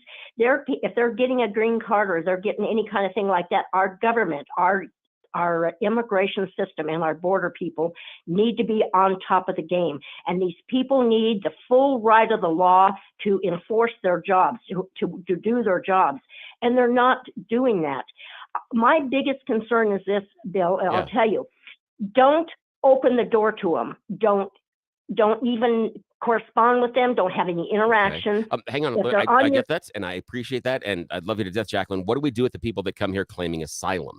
And this, to me, is, and to borrow the English term, the sticky wicket of the conversation, because once you present yourself at a port of entry and you claim asylum, regardless of if you should have stopped at 13 other countries on your way to our doorstep, once you're there, there are certain legal things that kick in. The laws that we claim we want to enforce, those laws allow that asylum seeker certain temporary status. How do we get around that? Because it is still the largest portion of the pie, not the, of the segments. It's not the majority of the people, but of the segments of the pie, the largest segment we have is those people showing up at the port of entry saying, I'm afraid.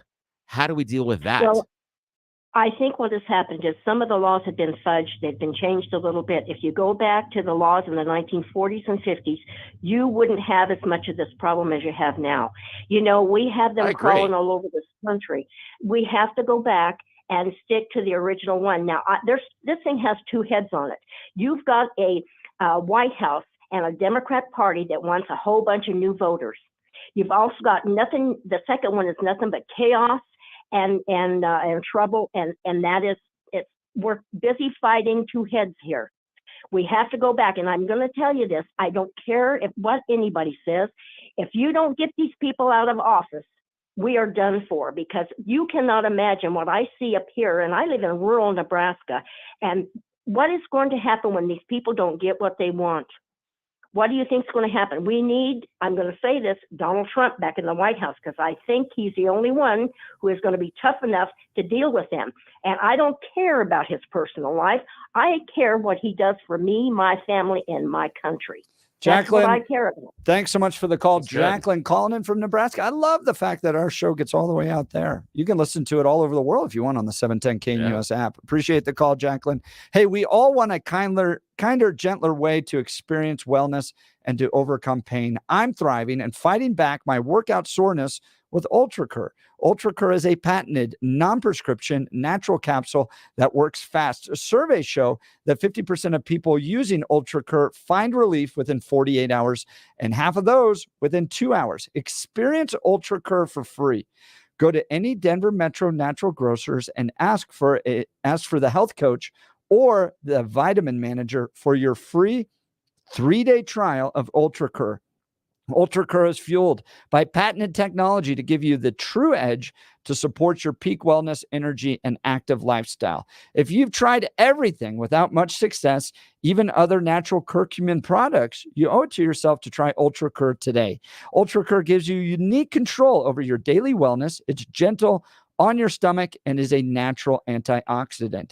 Get curious, Denver. Head to Natural Grocers and grab your free 3-day UltraCur trial, no strings attached. Wondering about the research? Get the lowdown at getultranow.com. That's getultranow.com. Derek, we'll get to you in just a second. You're listening to The Jeff and Bill Show on News Talk 710 KNUS.